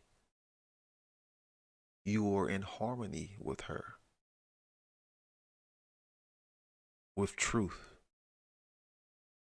You have embodied the truth. You are walking along with her. She has your back. She is the great teacher. She is what rules you. Hence why we have the rulers on both sides.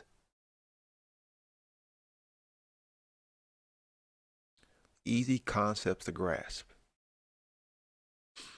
And also when it comes to learning and teaching, I talked about vitriol once before. Vegetae interare terre rectificandum invenius occultum lapidum.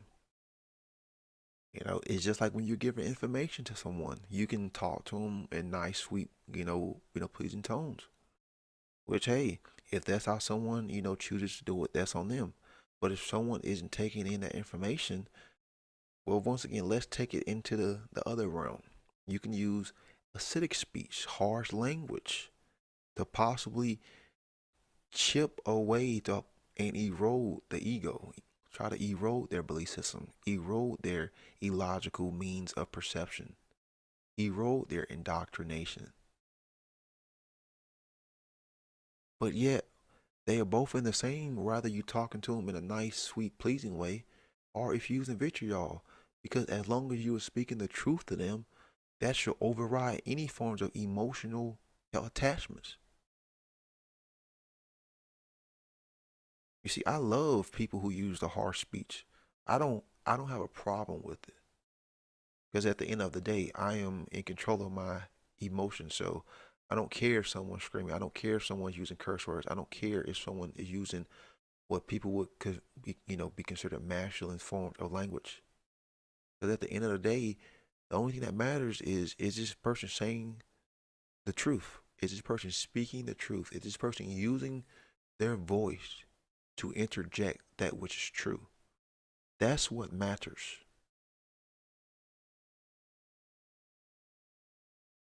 That's what matters. And because it matters, that's what the great mother is going to be represented off of. Matter. Physicality. Truth is so important to human beings in aligning with it. Like, people who have no understanding of how important it is for human beings to align with truth. Because once you veer off that path, once you hit that U-turn or go off that road, you're doomed to fail. According to the laws of the universe. Doomed to fail. And another representation of this Isfet principle is we're talking about accountability. We're talking about responsibility.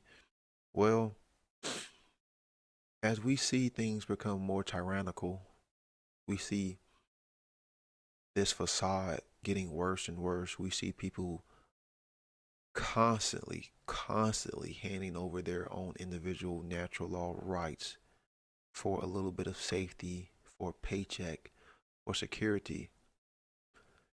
That inevitable side of Isfet is going to manifest itself in forms of rebellion. Forms of self-defense rebellion. And like I said, Isfet is not evil. She is not wrong. It's going to manifest itself in righteous indignation.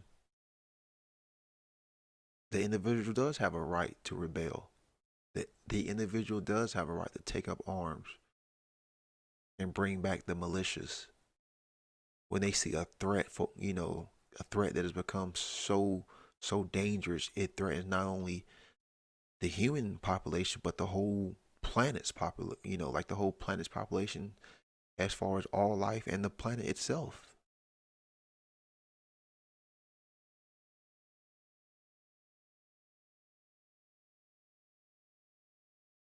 You have a moral right to take up arms and take down whoever is taking away your rights and freedom. That's one of the other manifestations of Isfet too. We look at it as, oh, how could someone ever go out and do, these things? Well, once again, it was self-defense because so and so was trying to take them out. So and so was trying to enslave their kids. So and so was in the wrong. So how is that any different than someone breaking into your home and trying to coercively inject you with whatever substance? People look at rape as just, like sexual free will being coercive. Well, what about just any free will?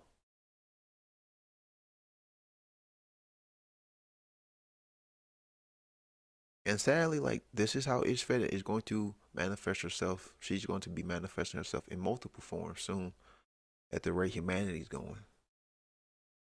Unfortunately.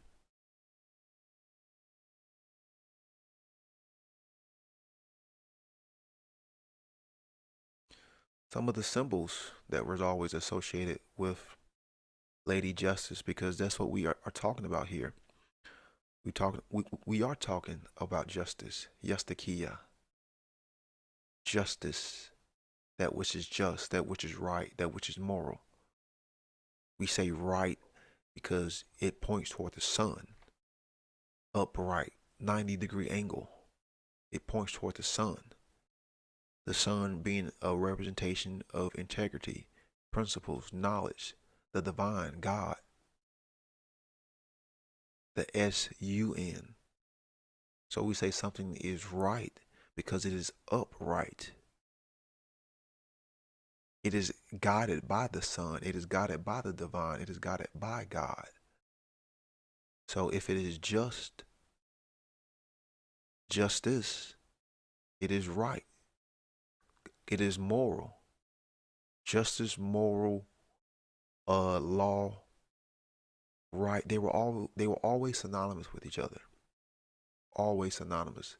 Because if it is moral and right, it was always associated with the sun. The sun meaning God and truth. So you will always see depictions of the blindfold.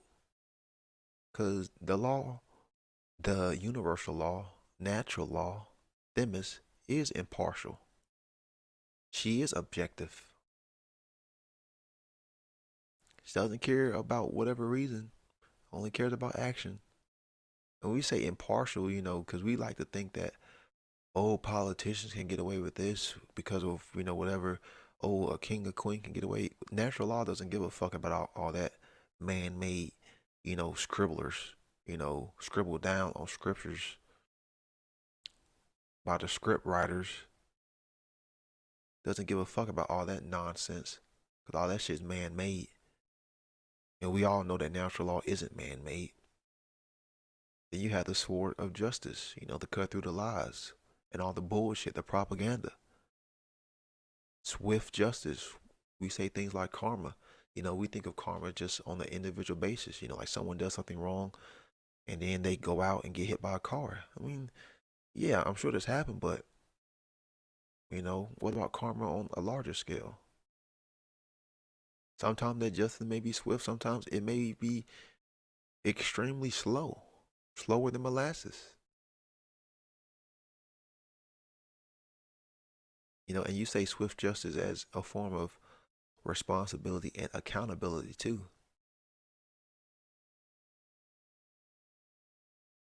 You have the scales, the weighing of actions, that balance factor. That objective scale, you can put your actions and weigh them help with others. You can put your action on the scale and weigh them with that which is right. discipline, balance, harmony, that even playing field, right there.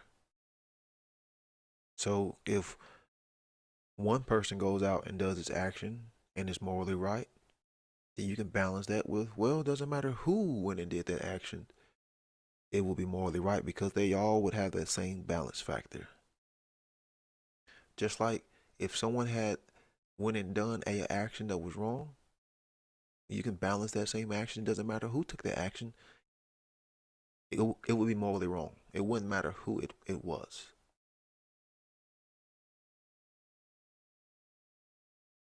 So we can look at the Lady Justice as like on the individual microcosm, manifestation. But, once again, you have the macrocosm. We got divine justice. Yes, Lady Justice represented both of them. She represented the microcosm and the macrocosm for justice, blindfolded and impartial and objective, because natural law does not care. It does not care about why, what, when, opinions, beliefs, emotions. Oh, my kids were starving. Oh, I had bills to pay. It does not give a shit about all of that. Doesn't give two shits about it. Then you have the sword, because natural law is the authority. It is the authority. Truth and natural law are the only authority that exists. And the sword also represents consequence. Because just like any good swordsman, you go and fuck with them, there's going to be consequences. The cause and effect relationship that exists in the fabric of creation.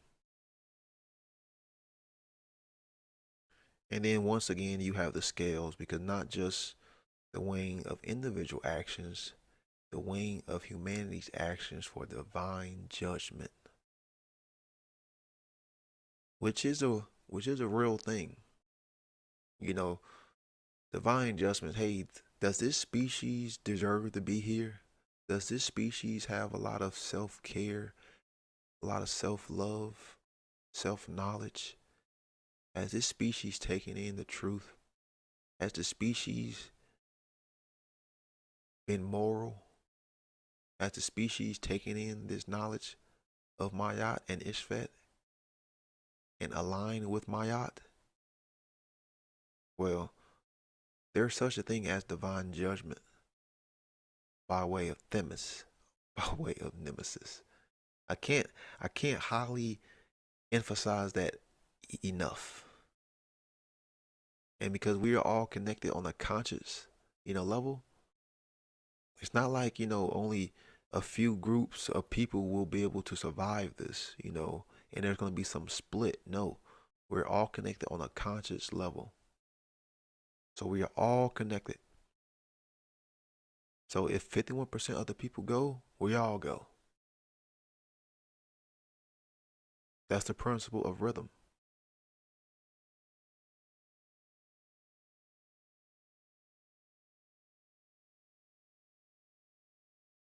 Maat is the law is Maat. Now, natural law, like I've talked about many times, just like Mark Passio has been talking about for like 15 years, just as like many of the the great content creators on the One Great Work Network that everyone should be checking out and sharing. Natural law, universal, non-man-made, binding and immutable conditions that govern the consequences of behavior. Natural law is a body of universal spiritual laws which act as a governing dynamics of consciousness. I'm going to say that again because it's so important, because this is what we're dealing with here. Universal, non-man-made, binding and immutable conditions that govern the consequences of behavior. Natural law is a body of universal spiritual laws which act as a governing dynamics of consciousness.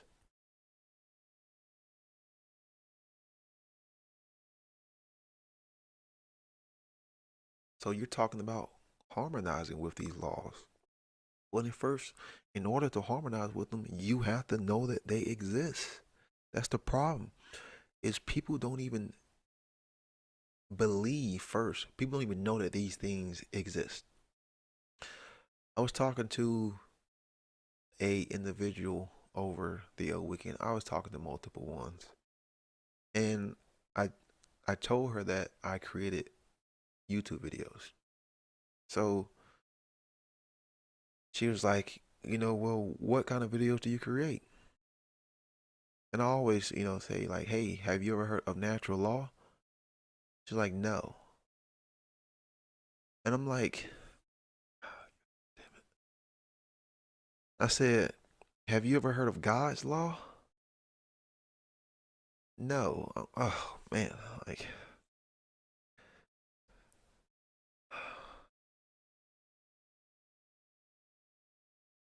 never even heard of the two. So I just said, well, my content is about truth, objective morality, trying to get people to understand these core values, these core principles, real core values and core principles, not religious forms of dogmatic teachings, and to try to get people to understand what it's going to take in order for us to create a real world of freedom, since we all are fucking enslaved by ignorant people like her who don't understand these concepts. I didn't say it like that, but put it in a way for her to possibly, understand. But I've noticed, like, once you even bring up morality toward people, objective morality, then you completely lose their interest. Completely lose their interest. Because they're like, the first thing is they're like, who the fuck are you to be talking about objective morals? And then the second thing is like, well, I get to decide what is morally right. Number one, who am I? I'm just a nobody, yet somebody who has come to this level of understanding based on the great teachers and the time and effort. And I have aligned my actions to what I've come to understand. And then number two, no, the fuck you do not get to create what is morally right, because you didn't create all of this shit right here. Just as though I am not the creator of all of this shit right here. So therefore, I don't have a moral right to define what is fucking moral.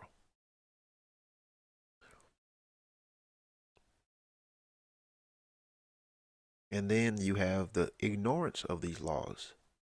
So you can take this definition of natural law, you can turn it upside down, or even better yet, I should have put man's law. I should have just put a depiction of government authority, because that's what will lead to more and more manifestations of Isfet in a disciplinary role.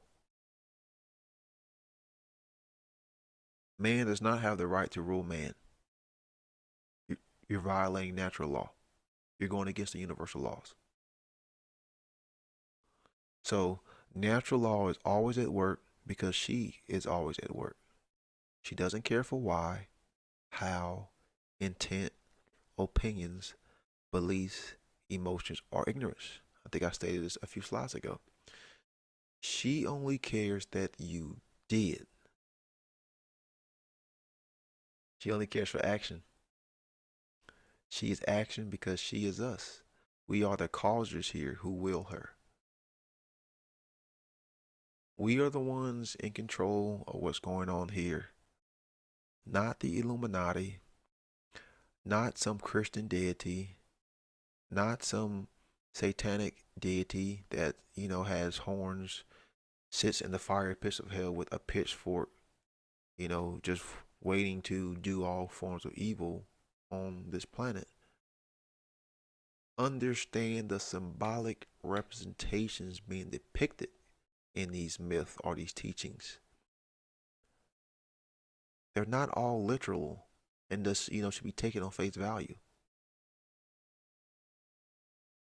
I say she is us because we are the ones acting out here, folks. We are the ones putting these actions into the world.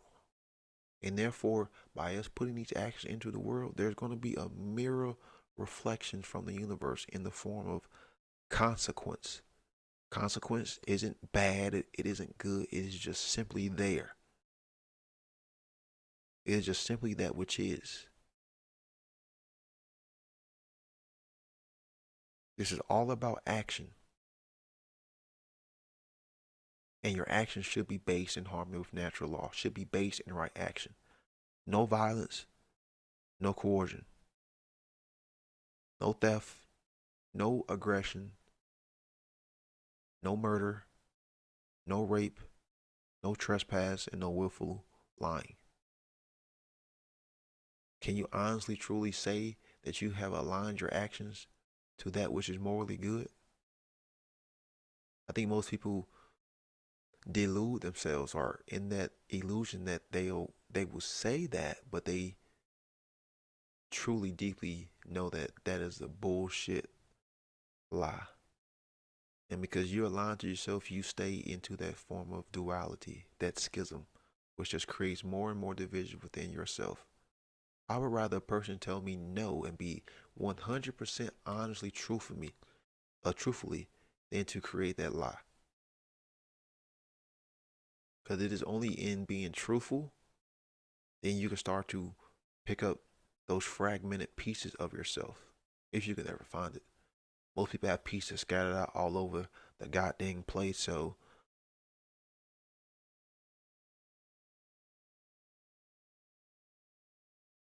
the way of Maat is the act of the center is to act out the center of consciousness.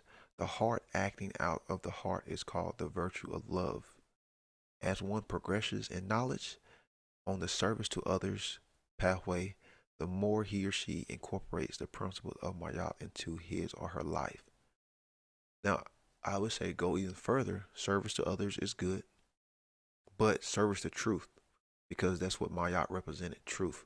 Service to truth over others.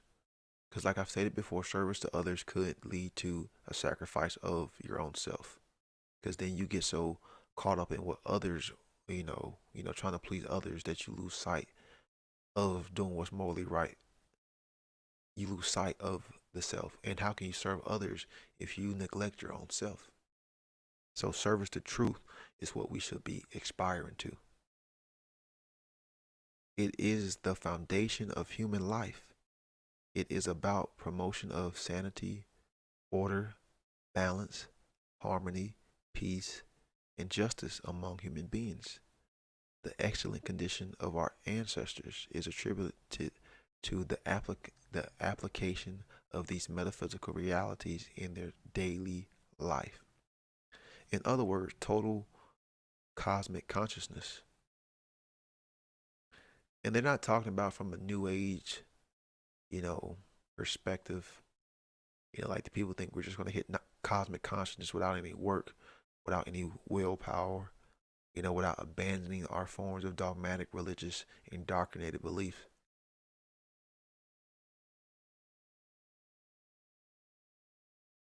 This whole Aquarian age that we're all seeing, we're all going through, this initiating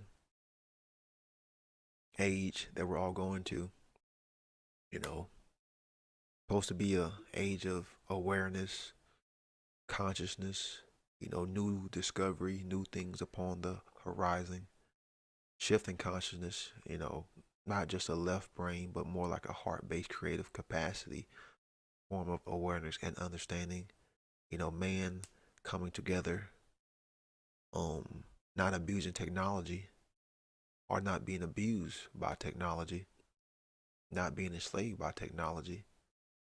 Supposed to be an age of communication.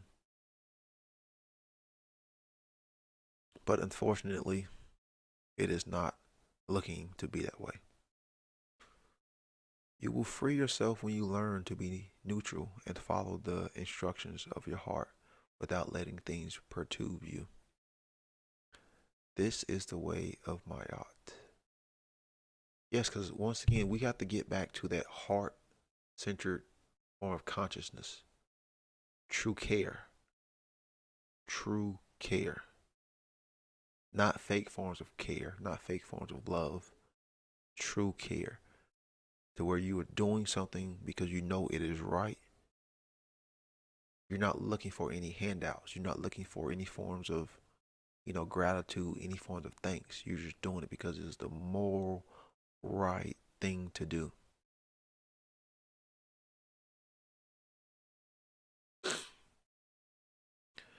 It all starts with choice.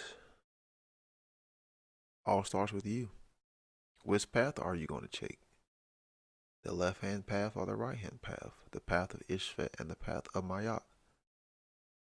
Now, when you're looking at this depiction of this businessman in a suit and tie, if you look at it from his angle, the angel is on his right. Because remember, right, justice, law are always synonymous with each other. There's a reason why it's called the right hand. Because things that were based in right were said to be moral, true, and good. And that's the reason why it's called the left hand or the left hand path.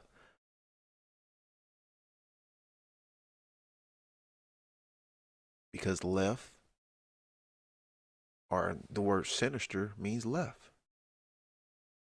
That's why in the old days, people that were left-handed were considered evil. You going through school, they would be taught, or belabored. Sometimes actually, real violence was used because people associated left with being evil and, not good. Which that's going to the extreme forms of modality. But in this picture, are we going to grow up? Are we going to spiritually grow up? Mentally grow up, psychologically grow up, intellectually grow up? Some of us may be grown up physically, but we are still in that state of arrested development. Our mental programming is still skewed. Our mental programming is in an infant state. Just like the depiction, Which are we going to select? Because it all starts with free will. It all starts with free will. You have the choice to choose Maat or Isfet. No one can make that choice for you.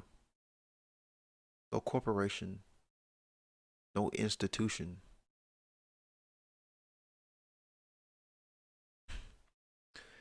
And gonna throw in a few cheesy slides since I grew up in the 90s. Captain Planet. The power is yours. Yes, the choice is ours to make. Or the choice is yours to make. Once again, free will, folks. A theme here is free will. It's not an illusion. It is real. Man has the ability to choose. So, what are we choosing to align our actions, our behaviors with? What are we choosing to teach our kids? What are we choosing to educate our kids with? TikTok videos? Violence? Coercion? All the latest dances that are out there that mean absolutely nothing? Indoctrination? The worship of authority, the worship of the state, these communist and socialist public schools, critical race theory, Common Core, GMOs, and all the garbage junk foods that people just put down their, put down their mouths, put down their gullets. The fast food, industry. Are we going to choose something from a higher level of understanding, higher forms of consciousness? Real organic foods, stuff that is nourishing for the body, stuff with the proper nutrients, the proper vitamins. Real education, teaching kids and teaching others about the trivium, about real history, about objective morality, about natural law. Moving our economies and our societies to a more voluntary interaction. It's not going to happen overnight. Pulling back all forms of association with forms of authoritarianism, tyranny, all these big corporations, pulling back your interaction, stop doing business with them, taking a stand, being rebellious, non-compliance. That is the only way we're going to build a world that we say that we want to build with whatever little bit of time that we have left. You know, while this 24/7 propaganda machine, this 24/7 cult is working at all aspects of the day to do what it is doing now.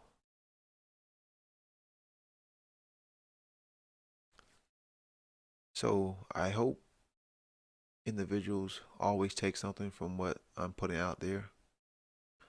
You know, like my goal is just to try to educate people, put out the information so that others can learn and do the same thing that I'm doing, if not take it even much further. I am a nobody, yet somebody. Anyone can come to learn what I am teaching.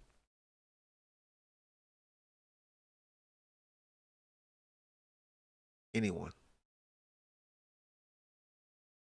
But once you learn it, remember you have a more obligation to try to convey it to others. And I think that's why a lot of people don't want to learn these things. Is they understand the responsibility that knowledge has. They really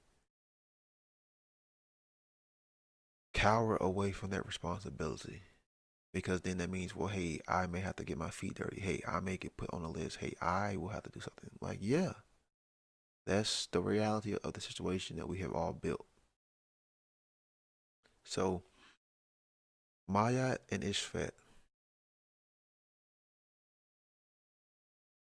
Hell, I guess Isfet is just right around the corner. From what I'm seeing. You may see something different, but hey, make a video about it. But in closing, please go out and check out the One Great Word Network. Can't really thank Mark Passio enough, his whole team and everyone that's on there. There's constantly more stuff being uploaded. My last video, the importance of knowledge and information. Please go back and check that one out. It's funny that YouTube gave me a copyright claim because I use the sections from the Twilight Zone, from like the 1960s, and they put a notice on their copyright claim, like, oh, man, fucking fascist tyranny, because I use a 2-minute clip. And I believe the fucking video up. Talk about the shit can't be monetized. Bitch, I ain't trying to monetize my shit. Never will. I don't want your fucking communist blood money. So, anyways, check out the links in the description. You want to check out my Odyssey platform. I repost other videos that I've downloaded to, possibly get back out there with all the censorship and propaganda. It is a good way to start your own journey. And, like I said, check out the One Great Word Network. Check out all of the individual content creators and, see what they're putting out. You'll like it if you like these kind of things. But anyways, I hope people keep holding the line. Keep taking action, doing what you can to get the information out there and educate people, because that is the only thing that's going to change the world, is putting out information to help possibly erode people's mind control, getting them to understand objective morality, getting them to abandon their satanic worldview. So take care, and I hope everyone has a nice day.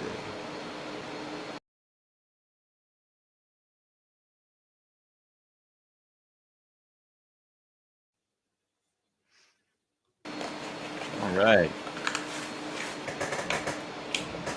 Huh. Still got that weird noise in the background.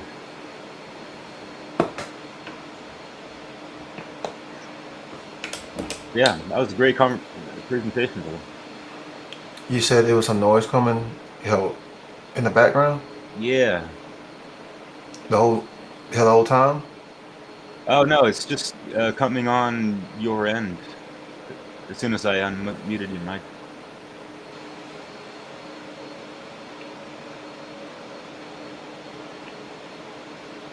Well, for some reason, the That's better I don't now. know, I don't know if it was the restream, but my audio software had crashed for some reason. Huh. But my mic has been muted the whole time, and I don't know if it was just restream or maybe I need to run an update on my wavelength. Gotcha. Seems to die down, so yeah, no worries. Yeah, man, I was really enjoying that. It's like the third or fourth time listening to that, and yeah, it's really cool. I liked how you opened it up and kind of went over the pantheon of the mythos and all that stuff from other regions and cultures, and I'm sure that's just like a short list. I'm thinking about like what's up with the Oriental side of things and all that. But yeah, I wanted to ask like, what mythos do you like the most? What mythology? You mean as far as like her regions? Yeah, or Greek or Egyptian, Norse. Um, I've always kind of resonated with like the Norse, Egyptian, mythos. Tangled in with a little bit of, like kind of Vedic, mythos. Even though I can't really pronounce a lot of those, names, Yeah. especially in the Vedic and like the, like Norse, traditions. But I've always kind of resonated with those. As a matter of fact, the one story that actually got me, interested in mythology was the story of Lu, which was like a, he was like a personification or a symbolization of the sun, when it's at its peak. So if you're familiar with, that story, he was like good or, like good in all aspects of what the Tuatha De Danann, because that would have been, like in that mythos, the Tuatha De Danann, I think I pronounced it, correctly, and how Lu goes, like to the city and he's like, hey, do you have, like this skilled person? And the person, who is at the gate is like, yeah. So then like Lu, he's like, well, do you have a person, skilled in this trait? And then the dude's like, yeah. So then he's like, well, how about a person skilled in, this trade? And he's like, yeah. Then it dawns on him like, hold on, this dude is skilled in all, like all these aspects. And then, they bring him into the, the city. But that right there always kind of, stuck with me and was one of my, first myths that I kind of resonated with. So. Cool, yo. And during your whole studies of that, which is, yeah, like I definitely got to applaud you on that because I haven't really delved into specifics on like even more relevant things to me, I guess, with listening to like Black Earth Productions. They talk a lot about Norse mythology and yeah, just like getting the names and wrapping your head around all that stuff. But I was curious as to like from what you've learned, which pantheon tends to depict or teach natural law in some of the best ways you've noticed. Well, it would depend on how far you're willing to go with your research. I would say that a lot of them are trying to convey this message, but some do it better than others. Of course, you have the Egyptian tradition. Then you kind of have the North tradition. It's kind of like more symbolic, like not as in your face. But then you also have like you can say like the American traditions, which a lot of their creation stories, that I really enjoy. They're not really talking about like how natural law per se, but you can kind of get that symbolic understanding because you're still talking about these two these two forces, and in a lot of their traditions, like these two forces were male, but like it's still like the same, like the same hell meaning. Like they talk about, how the sun and the moon, or I'm sorry, the sun and the night sky was created. Pretty much like the same overall, how concepts. There's these two forces that we can learn to work with, and if we don't, there's going to be, consequences, and these consequences don't have to be negative per se, because is a thing as positive consequences, because there's consequences in everything that we do. Man can't escape. Man can't do anything without consequence. Even if you just sit there and do nothing, there's consequences for that. So, that's really what a lot of these stories were trying to get us to convey.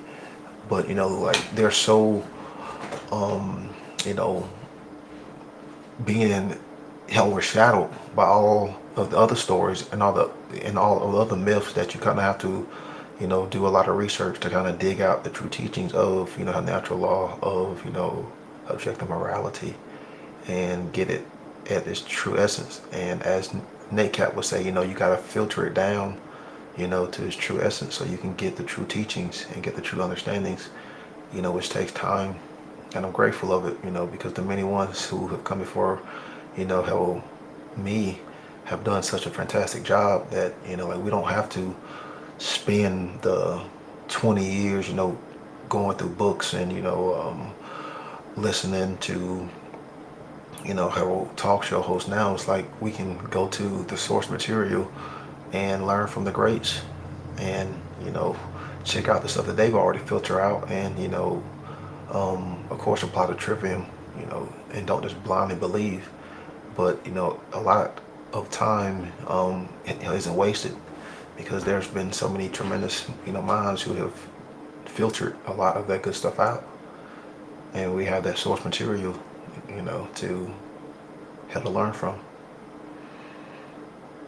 Yeah, definitely. Just like we have, just real life examples of source material of, people suffering because they chose the wrong action type of thing. So, like you mentioned in your presentation, it's like we can learn from all those things in the past, and the mistakes of humanity on the individual level and the collective, so we don't repeat all this suffering. But at the same time, I'm glad you kind of emphasized the fact that we don't have to suffer just to learn the truth about things and all this stuff. And what also came to mind in regards to that is just like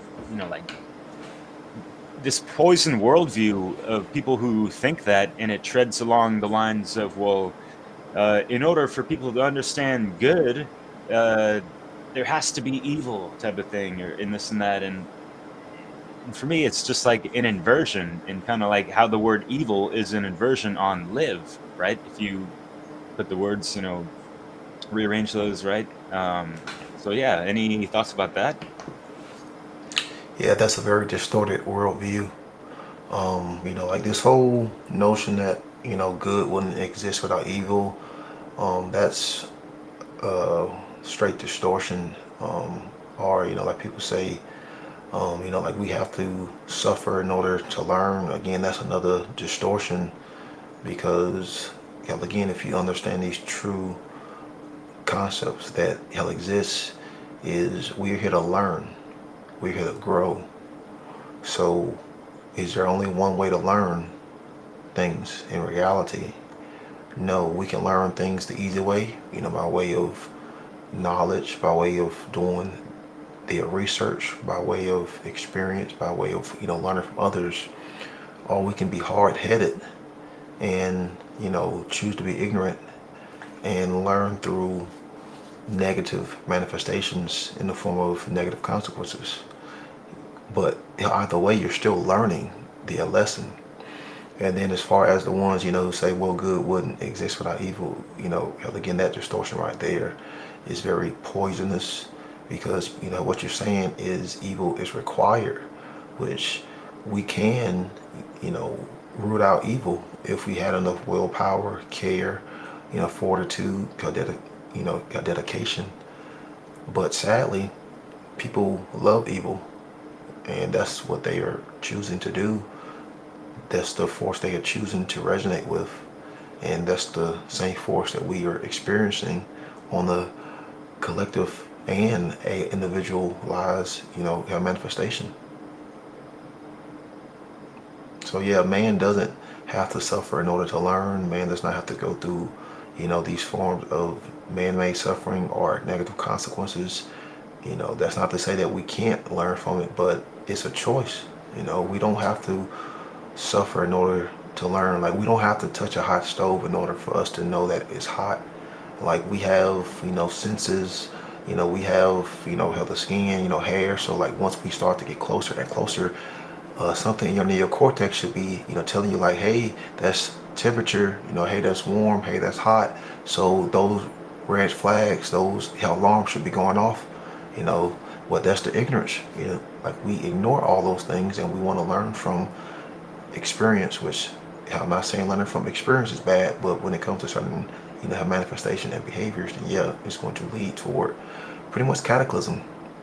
So yeah, we don't have to touch a hot stove in order for us to know that it's going to burn us. We can, learn from someone else's mistakes. We can just use true common sense, with the neocortex and, the regions of the brain which determine and factor in heat, warmth, and, hotness, cold. Like, that's all a part of the neocortex.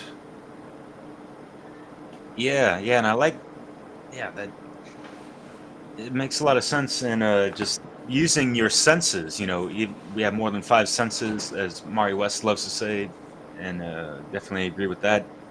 And just how we maneuver and navigate this reality. Like, sometimes we need to take it slow. Like, folks have been conditioned to have this like instant gratification and act on impulse rather than kind of feeling more of the environment around them and understanding the objective reality of things and the dynamics of natural law, take it to hermetica, rhythm, vibration, all these things, right? And those would be ways we can learn, the more easier ways when we're aligned to those things, rather than the hard way. So it's like Maat's easy way, Isfet hard way, and like I like what he mentioned with the great mother, whether she's plump or not or whatever. Like, it's like the good cop, bad cop type of thing as well. Because there is that discipline factor with the maternal and the paternal aspects of parents, and like that's just part of conscious parenting, right? So that the kid isn't going to be walking on the path of Ishvet growing up and that kind of stuff, and burning their hand along the way and all that stuff. Like, got to protect these hands, right? So Discipline is a huge, aspect of it. And, a discipline exists in nature. Like, we can watch the animal kingdom. We can watch our, lower brothers and sisters in consciousness. What happens when the cub gets too close to that, to that riverbank. How the mom will discipline them to try to teach the cub a lesson, like, hey, there's danger there. There's this reptilian-like creature that you may not have seen, but you get too close and that creature will react. So there is discipline. So we have to learn to, of course, use the correct discipline on ourselves. And of course, when it comes to raising kids, use correct discipline and not just let ourselves run wild. Sadly, most parents lack discipline. Most adults lack discipline. And that's the reason why a lot of, kids who grow up to, have kids lack discipline. And it's a cycle that constantly, keeps repeating. But, we don't have true discipline because a lot of us never really had true, great teachers. We never really had true great mentors. A lot of us were never really raised. A lot of us were never truly, really, properly educated. We just reaping the consequences of all that. Because discipline is a huge aspect when it comes to what? Having power. And what is power? These hands. So again, we got to have discipline when it comes to these hands, because it's so easy to to just lose your cool and just take these hands and go across someone else's face. But sometimes you got to restrain yourself. Like, sometimes I get pissed off at people, You know, we all do, but you got to have the discipline to make that conscious realization, so you don't let it boil into, um, physical violence, into physical aggression. So having not just that form of discipline, but also internal discipline. Um, Silencing the mind chatter. That's something that's extremely hard for people, because they're constantly, they're constantly on the TikTok. They're constantly on the social media. Like their lives are just in the rat wheel, and they don't really know how to truly sit down and just concentrate, focus, and truly engage in their own thoughts, and have true discipline, and start to harness true thinking, true mentation, true conceptualization within the mind, and learn to focus on your thoughts. That way that mind chatter is being solid, that mind chatter is being disciplined, so it's not just running around causing a muck. Because when you have that mind chatter, you're all over the place. Your emotions are all over the place. Your actions are all over the place. So we got to have the internal disciplines first. Then we can start to push it outwardly in the form of controlling these hands, because you can't control the hands and have discipline there if you don't have discipline here.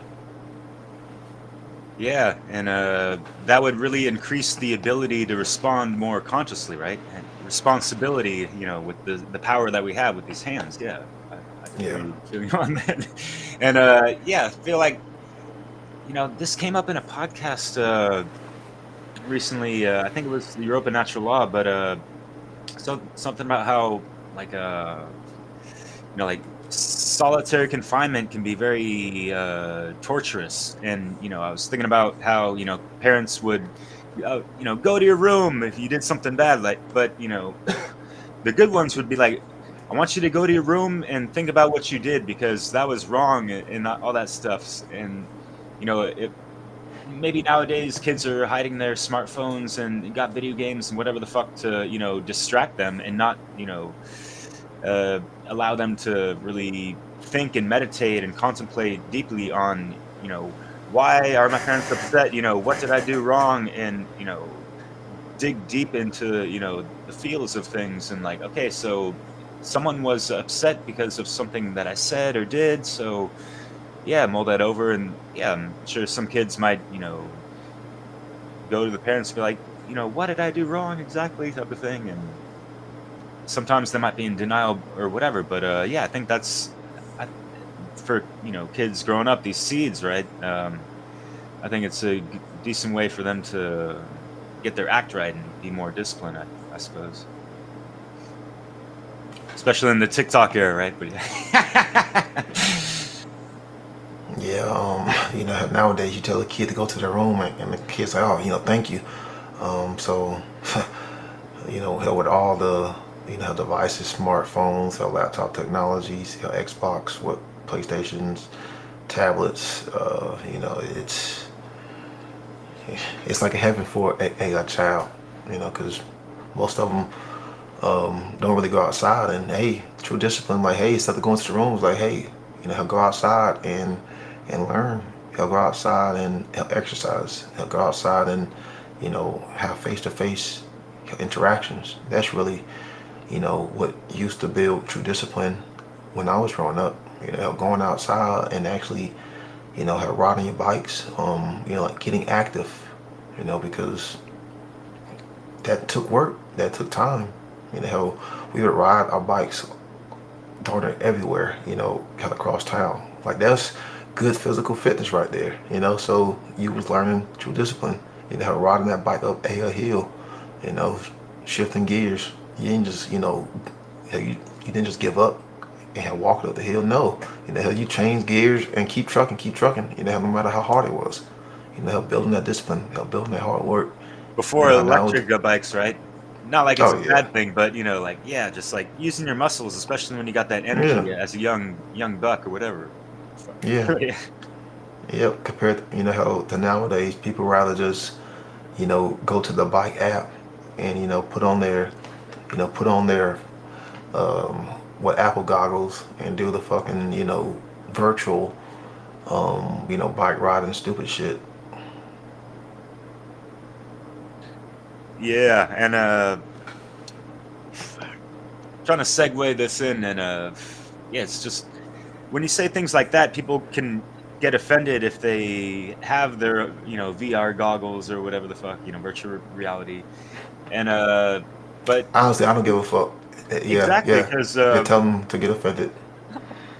well, what I was going to say with that is, in your presentation, you mentioned of, and we've heard a lot of the greats say this as well. It's just like we need to be service to truth over service to others, because not everyone is aligned to natural law and the truth and all these things, right? And if we get caught up in the fray, we're, getting out of alignment ourselves in a sense, right? So when people speak the truth of the matter, objective truth and stuff, like people need to not take it so personal, right?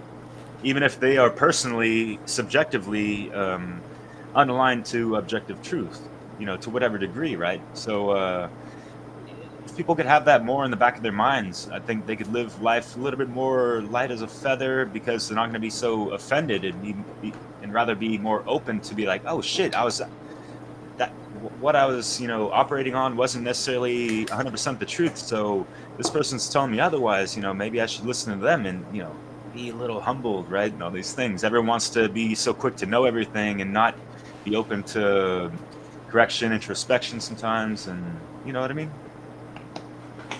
Yeah. Hold on. I'll get a quick water real quick, because that's something that I would love to talk about. Quick coffee, yeah. Thanks, Chris. Chris Jantzen, yeah. You hear all this talk about service to others, and it's not a bad thing, but there is some downfall that come along with that, like collectivism.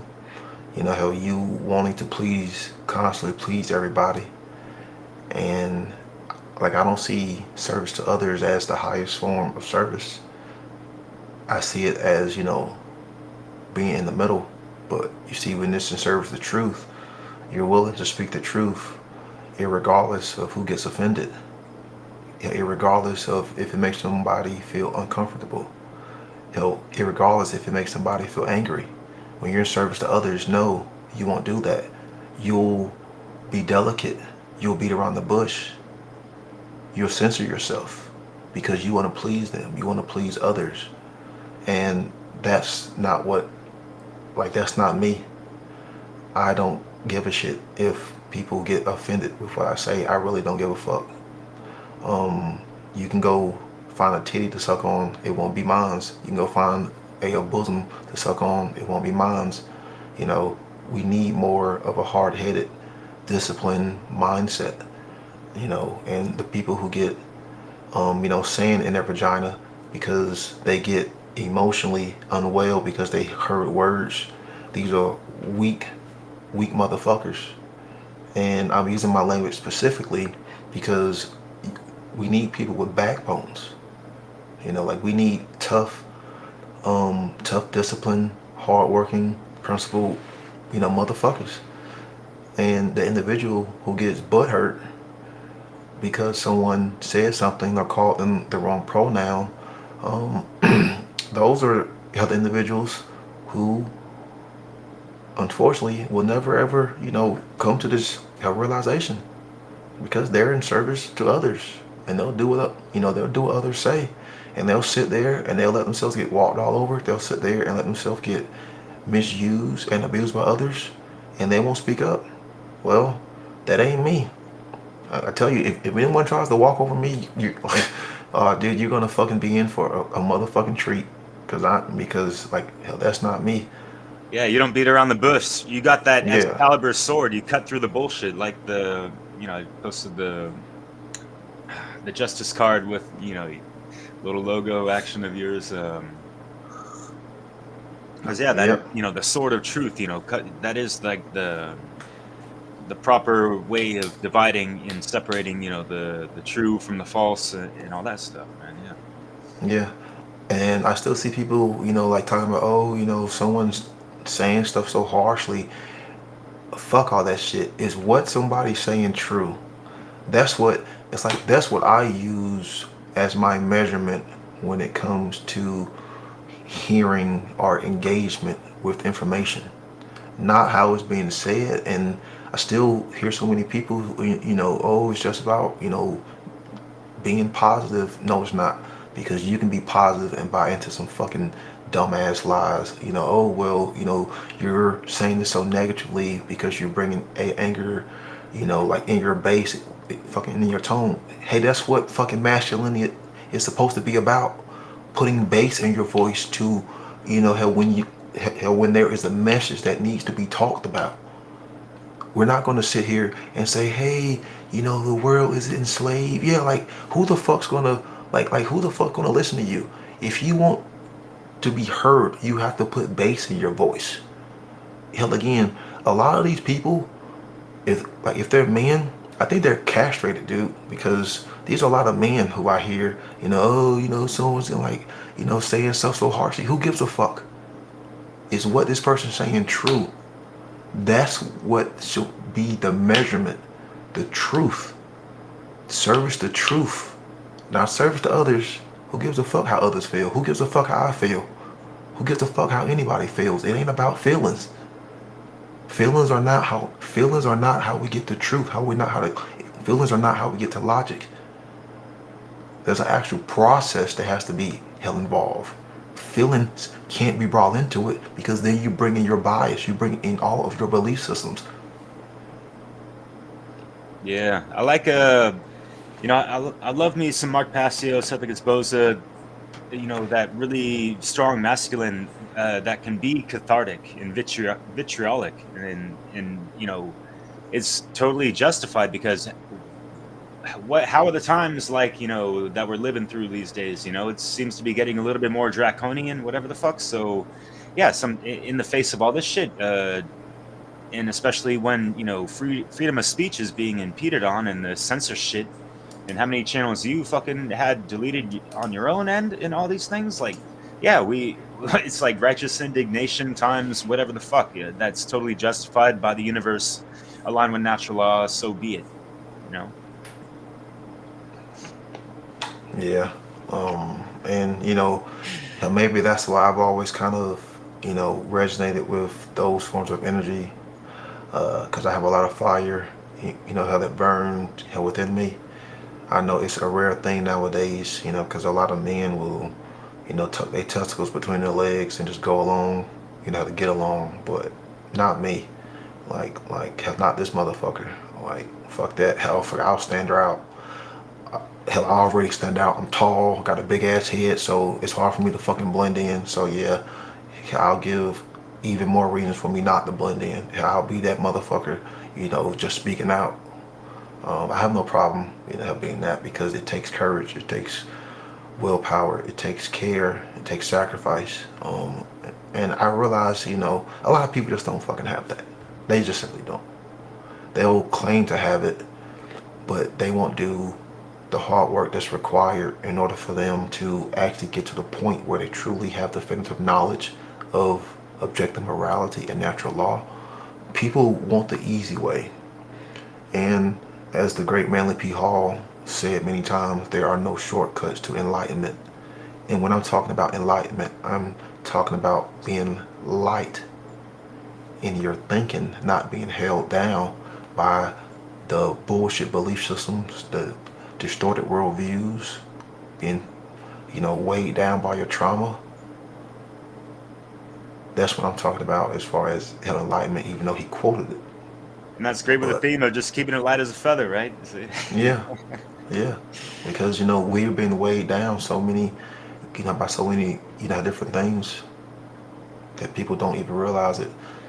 We got the physical weight, with the whole true materialism, that people just want to, possess more, cars, homes, money, whatever things they can, get their hands on, booty, land. Then we have the inner form, that people just constantly still negate. You know, so Yes, like folks like us, we're just, we got stuff around the house, but it's like, things that are useful that, also help us, create, what we need to on a daily basis, food wise and whatever, and, the great work and all these things, right? So, yeah, like having extra baggage, it's weighing us down and all this stuff, as well as like the mental and emotional baggage. Whether it leaves your eyes with extra luggage or not, like that doesn't matter. It's more about, alchemizing that and, uh, like dissolving all the stuff and, doing all that inner work to make sure like that your shit is, yeah, light enough as that feather. And yeah, it takes a fuck ton of work. It's way more easier said than done, and this shit can take years, right? So yeah, it all depends on whatever degree of people's, childhood traumas and all that stuff, and growing up and whatever the hell programming on top of the conditioning, and whatever kind of chemical shampoo that the government washes our brains with, whatever the fuck, right? But yeah, man, it's I feel like when you're really just in that harmony of really understanding and integrating, these principles of natural law and eternal, eternal or whatever, universal morality, objective, if you will. Yeah, those things just like gives that extra motivation and stuff, and yeah, like having that fire lit within your heart, and tempering that flame, right? And you and I are both fire signs, so we've had our trials and tribulations with that, trying to master that eternal lamp. And that was a really cool presentation. I botched that. What is it called again? Your presentation you did for the Seed conference, right? the everlasting lamp. Everlasting lamp. That's what it was. Yeah. Yeah, eternal, everlasting, kind of. But not to get into semantics, but speaking of Mark Passio, I wanted to segue real quick because I made this over the weekend because I was talking with Chris Nelson actually on the Open Natural Law discussion Telegram chat, and talking about natural law expressions, and synchroniciously enough, and I kind of did recall you having this part of that chart of the natural law expressions from Passio. And I took some time. I'm gonna put this up here now. Going over, like the 130 different music mixes that I have, and realized that there's a good amount that correlate with all these expressions. And I had at the bottom, like the the end result manifestation of either being aligned to love or fear. It's Maat. And the more recent video mix that I put out was the Reckoning, and that's kind of like on the Isfet side of things, right? Because we see what the fuck's going on. And so and yeah, when I was going over I was taking notes during your whole presentation, and something that came to mind is I was talking about the 3 R's on the positive and negative side of things with you when we had our discussion talking about Maat, the video titled "Living Light as a Feather," and like on the left hand side, like the positive love side, it's like when we're in that reverence of truth, right? And we just want to be aligned to that. We have that agape love and love for self, and that true care, the genesis, right? So when things come up in like we have to deal with a situation that a negative situation, for example, to keep our hearts as light as a feather. When we go through the love, knowledge, sovereignty, freedom, and then to the order, I have like repentance, like acknowledging what has happened, and apologizing for it, and internally and externally type of thing. And then below sovereignty, I had like reconciliation, to kind of like reconcile these things, to be free of the burden, and getting to the resolve of it. So you're kind of like you freed up the tension. Let's say you had an argument with someone or a fight with someone, and you're able to go and try to resolve it, based off that heart-based intelligence, right? And so, like, it's like living in alignment with the natural law, and like that, those are those expressions of like just trying to live free and resolve the problems. You're a problem solver, revolver, right? And so, yeah, with the order, I said like rejuvenation. I'm just sticking with words that start with R, actually. So I'm gonna rifle through the next ones. Double meaning. So like, yeah, both sides could be rejuvenated when they're in that truth and just wanting to make things better. That doesn't always fucking happen, because maybe not both parties are looking to really resolve an issue and take it too personally, right? And just not see the objective truth of the matter. And it's like we're all human, right? We can all make mistakes and blah blah blah, right? Anyway, so that's why they might be in that fear, that state of fear. And so they're rejecting the truth, refusal of truth, right? And so they're being ignorant of it. And then there's the confusion part. I put in the R word, regress or regression, right? And then Yeah. control, I put resent, I guess. Like they want to have control over the situation, and they're kind of like resentful for it. They're not just going to be open to the truth, and open to being wrong, and open to correcting their mistakes possibly. So they, in the end, there's that chaos, and it's like a recession. It's a constant degrading of their strength and values, and maybe just like their worldview in a sense. So yeah, man, that was just an interesting little thing I wanted to riff off of, inspired by your presentation in that, and just like coming across this that little graph kind of refixed or whatever, remixed, literally remixed. But yeah, you have any thoughts on that? Yeah, I highly encourage, like anyone, if they want to challenge themselves, is you can take that chart and kind of create your own, in a sense, without, without losing the overall inherent meaning, with the whole positive manifestation and the whole negative manifestations.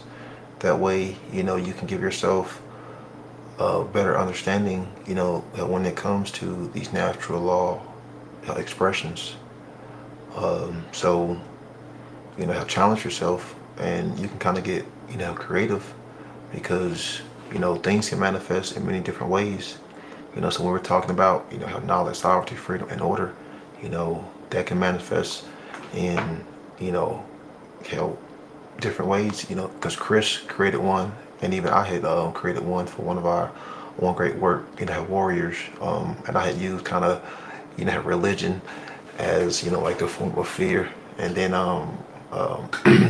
he'll, leading to indoctrination and all that stuff. But yeah, challenge yourself, and you can create your own chart that's similar, and it'll still have the same inherent meaning, so nothing is being lost. But yeah, these expressions are how we are going to help create and build and construct things. So we have to know these forces that we work with, love and fear, leading to order or disorder. You got Themis and Nemesis. You have Maat and Isfet. Yeah, man. That's such a great place to show a quick little video intermission, and then we could wrap it up after that if you want. I know it's getting kind of late over there for you. But definitely appreciate you sticking through the Skittle discussion. Having a great time talking to you about these things, man. Yeah, man, the same here. Fuck yeah, Appreciate man. it. Yeah, and yeah, real quick. Since this presentation, or even our recorded chat about this topic, has anything new come to mind in regards to Maat and that kind of stuff, or looking back, like, oh yeah, I could have said this better and all that stuff. And I'm sure we all kind of get that, with our craft and making all these videos. And in hindsight, it's like, oh yeah, we could have said that better, or da da da da. Da. But whatever, And I love the fact you brought up like midway through. It's like, ah shit, there's like some tech gremlin, whatever the fuck, didn't work out 100%. But you're just like, dude, just keep it rolling, raw and real, and all that stuff, man. I love this shit because, yeah, like even with your high level of tech skills and all that, like shit just happens. Like just it's out of our control sometimes, and you just got to roll with it, right? So yeah, respects on that, man. Thank you. Yeah, there has been some, I guess you could say, newer realizations, or I've kind of, morphed it. I wouldn't use the term Maat and Isfet anymore, just because I think the conditions are way much worse. So I would use Themis and Nemesis, because if you understood what those concepts were, you're talking about universal forces. So to get people to kind of, broaden up their scope, because, like when they hear about Maat and Isfet, they just think of like earthly forces. But when you truly understood what Themis had represented in that culture, she simply represented law, that which is laid down, universal law.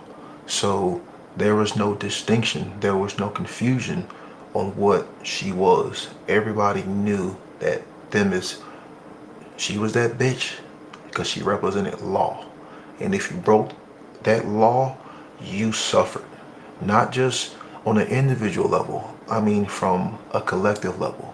So what I mean by has morphed is, instead of looking at it from, how ISIS and Ishfet, a lot of people just look at that and just see, oh, my own individual choices. No, get that out of your head. What are we doing as a species? That's why I said morph into Themis and Nemesis, because you're talking about pretty much the karmic retribution for the whole species, not just, for you or, the individual. We're talking about for the whole human race. So Themis and Nemesis was that bitch that was going to lay down the law and teach humanity a lesson, because Nemesis represented divine retribution, meaning you get what you were owed. That's what Nemesis was symbolic of. You get, and I mean you as in man, not as in single, not as in singular, not as the individual. I mean man as a species. Man gets what he is owed. And reaping what we sowed, and those seeds are kind of poisonous these days, especially in like the genetically modified shit, of course. Yeah, man. Yeah. So, like we're talking about cosmic universal forces, to kind of get people to really see what we're up against, that these forces are going to reveal themselves. And when they do, there may not be nothing left. I mean, like that's the truth of the matter. How when Nemesis would come through, there would likely be any, survivors. But I mean, like, we can't be mad at her. We can't be mad at, these cosmic forces, because again, we're getting what we are owed. We are getting what we put out, not just from an individual, not just from, an individualized unit of consciousness, but from a collective dynamic group, because we're putting out so much negative dark energy that only by law, only law right now can fix this. True law. That's the only thing that's going to fix this is the disciplinary force, sadly.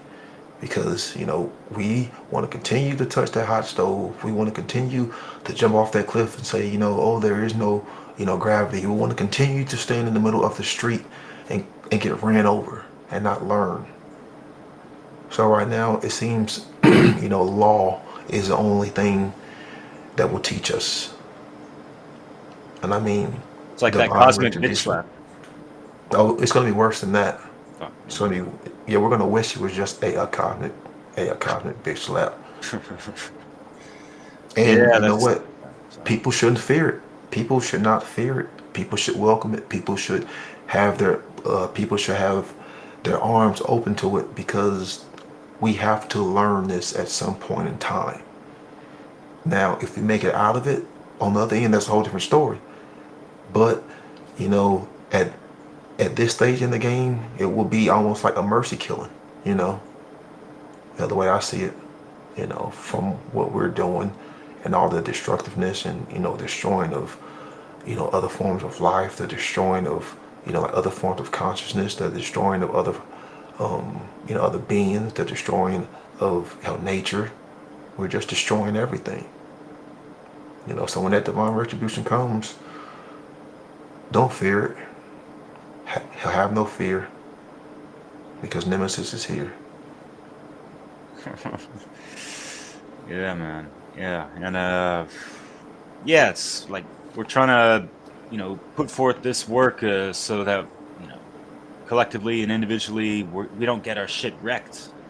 And that was the basis of, that mix that I had called The Reckoning, and I think you listened to it before. I had some sound samples of you from the Maat presentation, actually, and I pinpointed. I forgot about this, and like listening to it, was like, that's the one. It was when you were talking about the Hermetica, the principle of rhythm, in regards to like humanity doesn't need to suffer like this, guys. Come on now. And so just snap that up, threw it in the mix, and man, it's cool. And with that being said, I want to play 2 minutes of music that kind of, I got the Maat side and the Isfet side, and so wanted to get your take on just that real quick. Sure. Come on, thank you, brother.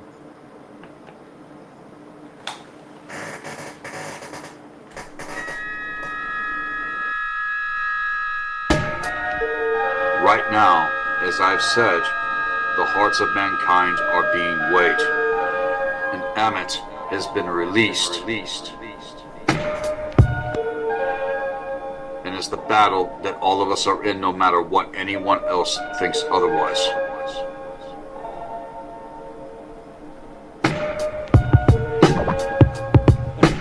Many have fell to the wayside, and many will continue if you don't heed this, and if you don't share this with others, and if they don't heed this, and if you don't let them know otherwise as well. Knowing how to organize chaos. Again, this is how to wield magic, let alone high magic, in alignment, and not be among those who are unleashing this weak-ass bullshit into the realm.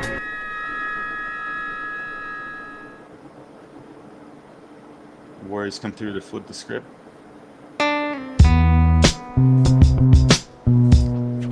United, we fighting a war for our futures decided. Warriors unite from north to south and roll out. Time to bang for our freedom, tell me what it's about. Warriors unite from north to south and roll out. Time to bang for our freedom, tell me what it's about. Tell me what it's about, tell me what it's about. My job is to unlock mental slavery. I wasn't trained to be, I was made to be a savior.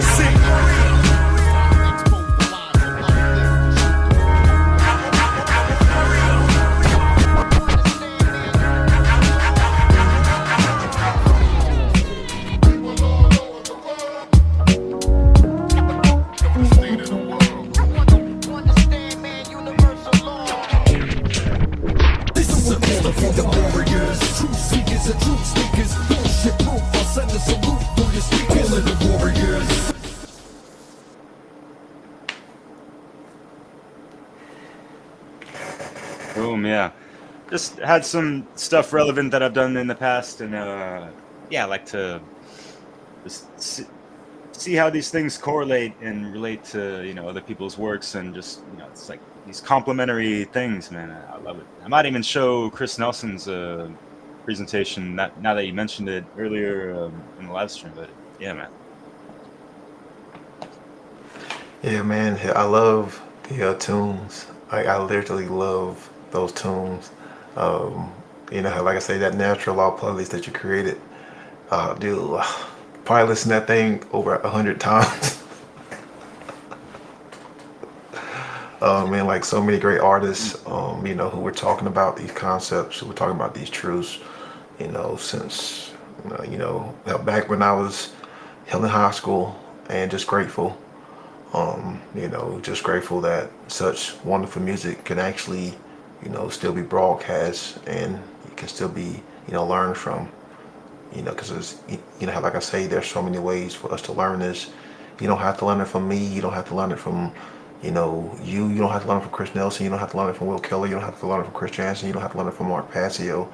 You don't have to learn it from anybody on the One Great Work, network.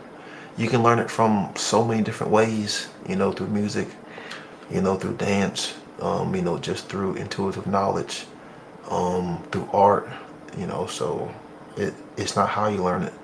It's are you learning it, and, getting that true definitive knowledge. I mean, because that's what we really are talking about, is having the definitive knowledge, not the belief, not half-ass knowledge, but the definitive knowledge of what is right and what is wrong, what actions you should not do, the definitive knowledge of natural law. That's what you need to have, because that is the most important, knowledge. That is the most important, gnosis. And so many people claim to have that knowledge, but they don't. We've seen it over and over, and it's very sad, but, what can you say? Yeah, keep asking away and chipping away. You got that natural law? Tell me, man. Lex Naturalis. Check out that presentation. Which, by the way, I want to ask, how many presentations have you done up to this point, brother? I think I'm at like 21, maybe 22. A lot of them were when I was still learning, how to use technology, so they aren't as aesthetically pleasing to the eye, but the overall message is still there. But yeah, it's 21 or 22. I will have to check the playlist on Odyssey. 22, that'd be funny. It's like a catch-22, like Chris Jantzen. This truth is like a rock and a hard place kind of thing. Yeah. Sorry, man. But to kind of bring it, back, with the whole, being light as a feather. And I talked about enlightenment, earlier, not in the concept that most people would think of, because if you're familiar with the teaching of Maat, and when it came time to the weighing of the feather, and your heart was put upon the scales to balance, your heart was symbolic. It was representative of all the actions and behaviors and all the things that you have done. And if your heart was heavy, meaning you had that negative energy, you did wrong actions, you did violence, you condoned theft, you stole from your neighbor, you did all of those things. You believe in statism, you believe in authoritarianism, you supported the king, you supported the queen, you supported the order followers. All of that stuff is what weighed or made that heart heavy. It weighed the heart down, because all of that stuff is what caused trauma. And what have we always said? Trauma is one of those things that weigh you down. It's baggage. So when it came to weighing the heart on the scales with the feather, it had to be light. It couldn't be weighed down. It had to measure up to the standard, which is what? The feather. So when we're talking about enlightenment, hell, again, this new concept, not the New Age concept, is, what behaviors are you doing to others? What behaviors are you doing to yourself? You know, are you trying to heal yourself? Are you trying to do right moral action? Because if not, you will be weighed down. And even when you look at math, you know, whenever you have addition, you have the plus sign, right? Well, whenever you add numbers, they keep building up, correct? But whenever you subtract and you have the negative, it takes away. So symbolically, you know, when we talk about positive and negative, in a sense, we're not talking about it, or at least I'm not talking about it in the New Age, you know, approach. I'm talking about it in the symbolic, you know, understanding of positive or right actions is what create positive energy within the world. Because when you do truly right moral things and behaviors for other people, they generally feel it internally, and you feel it internally, and you create that connection. So we say, hey, that is positive, because it's just like two numbers that you add together to create. Because when you do good moral deeds, good moral behaviors for people, you create that positive vibe, you create that positive energy. Just as when you do negative behaviors, we say the form of negative, meaning wrong, because that negative behavior, that wrong behavior, also creates a different form of energy on the other polarity, in the form of fear, that the person who is on the receiving end can feel. Then therefore the person who is doing it may not necessarily feel it. Therefore that negative, that subtraction is being put in manifestation. So something is being lost. But the person who is on the receiving end, who is being abused, misused, who's having their rights transgressed upon, feels that negative energy. And what does that do? It creates a scar. It creates a wound. It creates a heavy blow. And what do we call that? We call that what? We call that trauma. And what does trauma do? It weighs you down. It's baggage. So it's not just symbolically, but if you weigh it in reality, if you apply it to reality, you'll see the connections and why we should be responsible with these hands. Right? Yeah, man. Yeah. Oh, man. You brought up some good points, and to tie in a couple of things you mentioned, man. Yeah. So yeah, like, we all have made mistakes and this and that, and, you know, accumulated this karmic debt, right? Kind of like being in the negative. So we have to counterbalance that with, you know, just like, yeah, kind of like that repentance and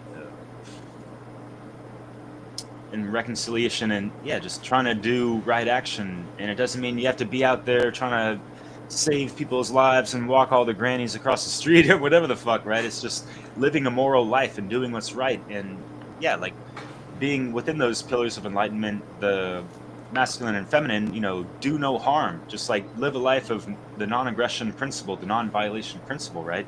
Respect other people's, you know, property rights, and but also be in that, you know, self-defense, like take no shit type of stuff, because that helps perpetuate the evil if we let that shit just, you know, go unchecked type of thing. So yeah, it's like that heart-based intelligence, the electromagnetic kinetic energy that's oscillating all the time, and like electro being the masculine and the magnetic being the feminine as well. Like if those are properly balanced, then the wheel is properly turning properly, and folks are just navigating their lives in their interactions with the reality and other people just a lot more fruitfully and positively, right?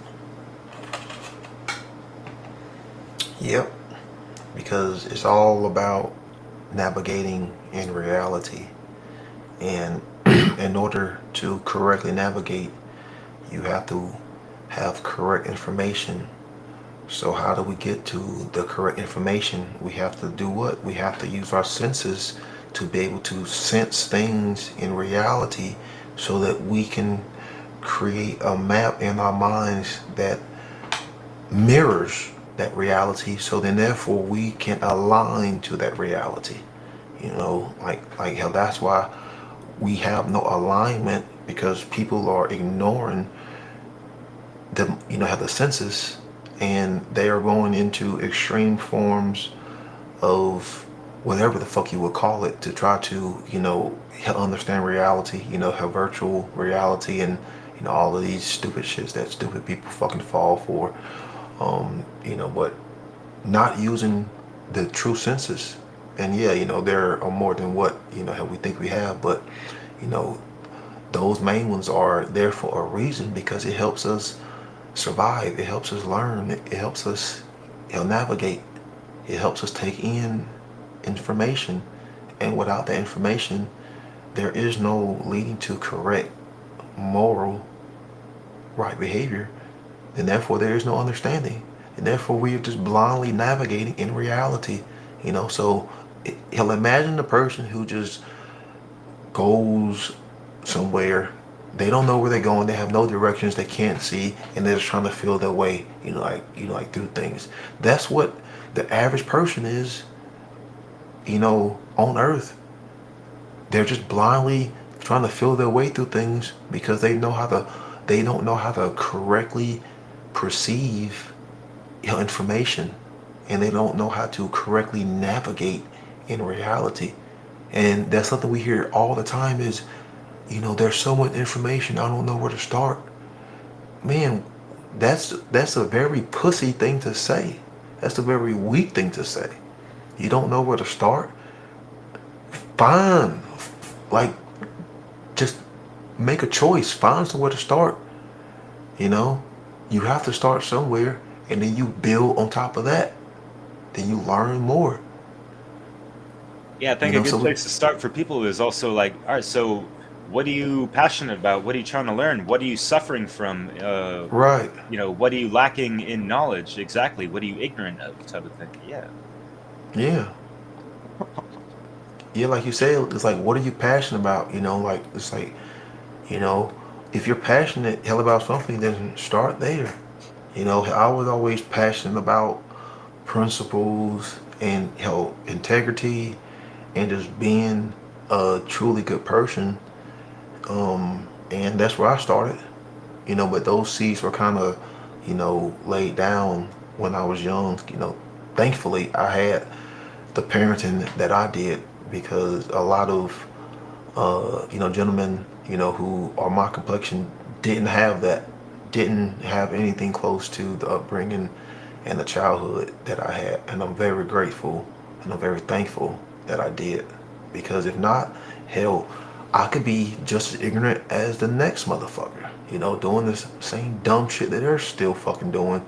And I'm about to be 40, and you know, they're still doing the same dumb shit they was doing 20 fucking years ago. Yeah. Yeah, your mom's awesome. You had the pleasure and honor of meeting her, as well as you. Kicking in Las Vegas, man. That was cool. And you were there recently too. That's funny. Just for work, obviously, but yeah, man. Yeah, the shit hadn't gotten any better. Like, the shit hadn't gotten any, the shit got worse. Fuck, right? Literally got worse. And what did we notice in Vegas, kind of like with Theo Luke's comments of just how they cater so much to the below the belt type of sensational stuff, right? And so it detracts us and distracts us from, you know, operating from our higher senses, from that, you know, heart-based, you know, chakra, the wheel turning, right? That's what chakra means, as I was alluding to earlier, right? Yeah. The overstimulation of your senses is what Vegas is known for. You know, they hit you with all the colors, all the flashing lights, all the loud music, you know, all the scents, you know, all the auras. You see it all. I mean, Derek Hill, you know, it's like, it's alluring. It will damn to put anybody into a fucking hypnotic state to where you just fall victim. You know, then you got the girls walking down the street who are fucking half naked. Like it's so enticing. It's such a fucking trap. Like, you have to be focused, you know. Like, you have to be on your game. You have to be fucking on course, man. Because if not, you'll be like most people who go there, and, you know, they just fall for the, you know, the thing that everyone's doing. have the gambling, have the drinking, have the fornication. I mean, yeah, if that's what you choose to do and it's your free will choice, I'm not blaming you, but like, man, there's so much mind control behind it. Have the symbols and like the music they play, they have sense in the air. Like it's like the colors, like the frequencies, like it's you couldn't even explain it to people because they wouldn't even understand. Yeah, it's hella artificial, and yeah, people have the free will to do whatever the fuck they want. But guess what, mother lovers and fuckers, like, nothing you do or don't do, as you mentioned earlier, like comes without consequence. So choose wisely, my friends, kind of thing. So, but yeah, like all this stuff leads to a very addictive mind state as well. And for people that have that addictive personality, it's just like oversaturated, overstimulated, dopamine depleted environment to be in Las Vegas. It's wild, man. It's like really artificial, that area. And yeah, Theo's talking about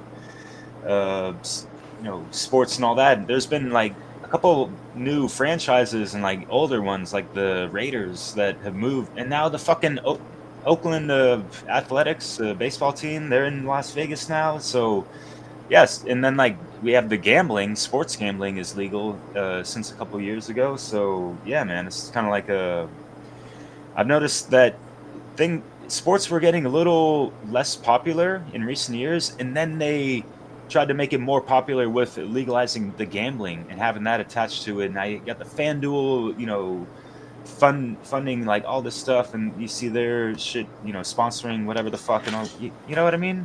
I'm not in the States, but I've seen these things, and when I was back there visiting a couple times, I kind of, I didn't notice that before, right? But yeah, correct me if I'm wrong on any of that. But yeah. I mean, honestly, I'm not as familiar with sports as I should be. But I see a lot of so-called males who literally dick ride sports to the point where it's so goddamn retarded. Yeah, like the fantasy football stuff, like I don't even know what the hell that is. And when I'm at tournaments, people will like ask me, oh, what's your favorite team? And sometimes you just want to start weeping because it's like, man, you're a fucking man. Well, you're supposed to be a goddamn man, and you sitting here caring about fucking sports. Like, come on, man. Like, I've umpired for 19 years. I can tell you legitimately that those games are not real, because I know how much influence an umpire has, and I know how much at that level motherfuckers can get paid off, and the shit's just not real. It's not. Isn't it called sports and entertainment for a reason? And yeah, like with the entertainment being there and all this stuff, it's such a fucking business than a sport these days, or for a very fucking long time, actually, rather. But yeah, like things are so pulled behind the scenes, strings, people call it rigged or whatever, right? So yeah, and now with the betting, I mean, you see people breaking this down on YouTube with like gematria, and like they have certain predicted score lines, because you gotta get the spread for the certain people in the know, for the gamblers. Yeah. Even at halftime, these fucking scores, like, wow, like these people are just like just working it for fucking. Is it really just for money? No, there's got to be something more than that, right? Fuck, man. But yeah, I mean, we know and all that, not to like keep riffing on that shit, but to reel it back in, because yeah, I really enjoy your aesthetics, and obviously that presentation was from like 2 years ago, right? 2022. And so yeah, I've noticed you've refined and your good old art of the craft, and we spoke about that in the One Great Work Warriors chat. But yeah, if you wouldn't mind sharing kind of how you kind of go about making your presentation, setting the foundation. You probably have some templates already created since years ago, and you've just kind of built off of that. You use OBS and other things, right? So yeah, man, please feel free to share whatever, if you don't mind. Yeah, the way I create my presentations is maybe different than others, uh, because I have never really been a creative person, and I've actually struggled with that base of backgrounds, because to me, the hardest thing about the presentation was creating that background image, and that's where I've always struggled. But for some reason, because I never really used my big ass head, like growing up, when I do get into that mode, like my creative spark seems to flow. It may take it some hours to, have to kick in, but, usually I'll have an idea and it'll just marinate in my big ass head for, weeks, possibly months. At first, I didn't really write anything down on paper. Like I would just kind of go off the dome and just, like do a slide by slide, just off, the research that I've, gathered. And then of course, I would always refine it, he'll go back to, he'll source material, books. But now, after doing it for over 3 years now, I'll start with a outline and he'll write it down and kind of, he'll have my notes and kind of split my presentation up. It's almost like a story. You're gonna have your beginning, you're gonna have, the climax, and then you're gonna have, the end with a few pointers, like in between. So based on how long the presentation is gonna be, like let's say for like funnel 4, I already know I'm gonna have it at bare minimum 20 slides. No more than possibly 30, maybe 35, 40, depending on how long I'm going to talk. And of course, I'm going to use Canva for my presentations, mixed in with other, forms of software like DaVinci Resolve and OBS. Canva just seems to be the better means for me as far as creating presentations. People wouldn't be surprised that I've created all my presentations on Canva, but yeah, I have. But I create my own backgrounds, so like I'll create a background in DaVinci Resolve or something like that, then I'll just save it as a JPEG, then I'll import it into Canva. And then of course, finding fonts are always hard because a lot of them are just so fucking trendy and just so childish and just stupid and kid play. So, you got to find a good font.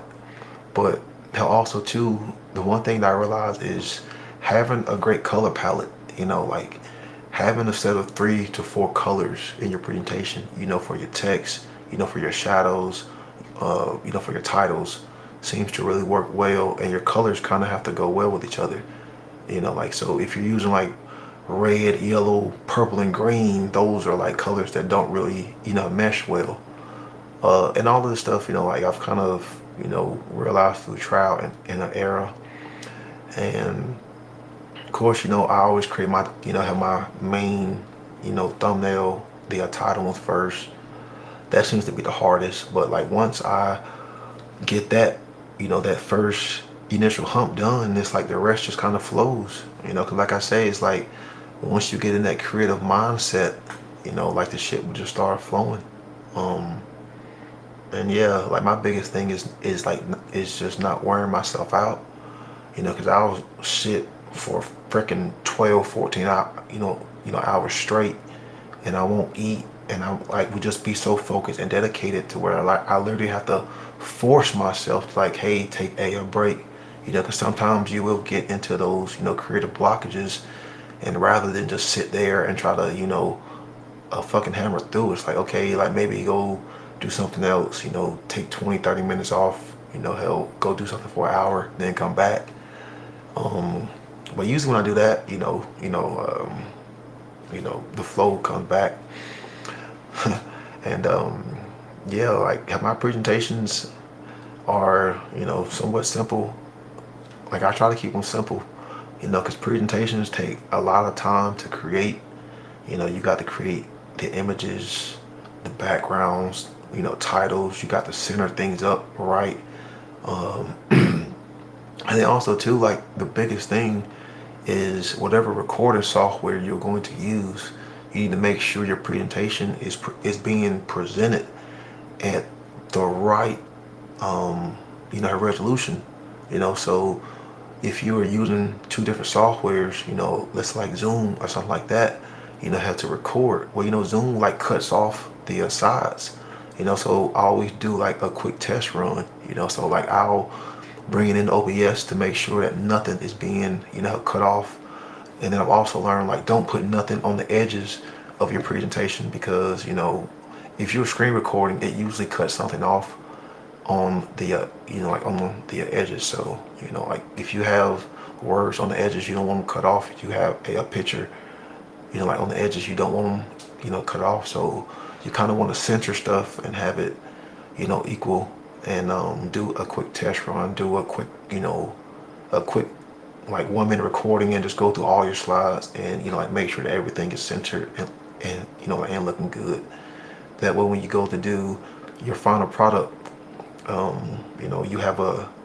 you have a good product. And keep it simple. I try to keep my presentations very simple, because they do take a lot of time and dedication. And like when you're creating 40, 50, 60, like 80 slides, it's very time consuming. Like the shit just don't create themselves. Like you have to find great images on what you are trying to talk about. You got to have good colors, you got to have like a good background, you got to have a good presentation, because some of the presentations are like 2 hours, and that's just me. You got people like Mark who do 8-hour presentations, man. So that takes even more time. Like 2 hours is about my limit, because after 2 hours of talking, your ass start getting sore, start getting hungry. Hell, I start getting grumpy. But yeah, it's that dedication. But that's just some of the things that I've learned as far as my presentations. But like the main thing is keep it simple and always do a test run of your final product. Because I can assure you a lot of people have created presentations and they went to record in their software only to see the webcam being cut off, or like their title being cut off. And like if you just take those extra few minutes to actually do that little mock recording, then all that can be fixed. And just have your stuff centered and have some good looking colors. And like most importantly, this kind of is an extra tip: have a good monitor. Have a good monitor with great colors, a great like 100% RGB or 100% Dolby, or like Rec 709, or was it I think it's like P3. If you have good colors when you're creating, when someone is watching your presentation, then your colors won't look all washed out. So invest in a good monitor that has color accuracy. Like usually 100% RGB is good. If you're on Mac, I think they use, is it DCI? It's a little bit different than one of those. But as long as you go with the 100% correct one, it'll still display. I usually use Rec 709, and I like haven't had a problem, because I always will click and watch my presentation on my other monitors just to make sure my colors are good. Because I'm telling you, if you got bad colors and your shit looks washed out, it just doesn't look good. And you got to have somewhat of a visual aesthetics, because people can't focus nowadays. So people see washed out colors and they're like, oh man, he's unprofessional. He's not bringing anything to the table. And you can be offering gems of wisdom.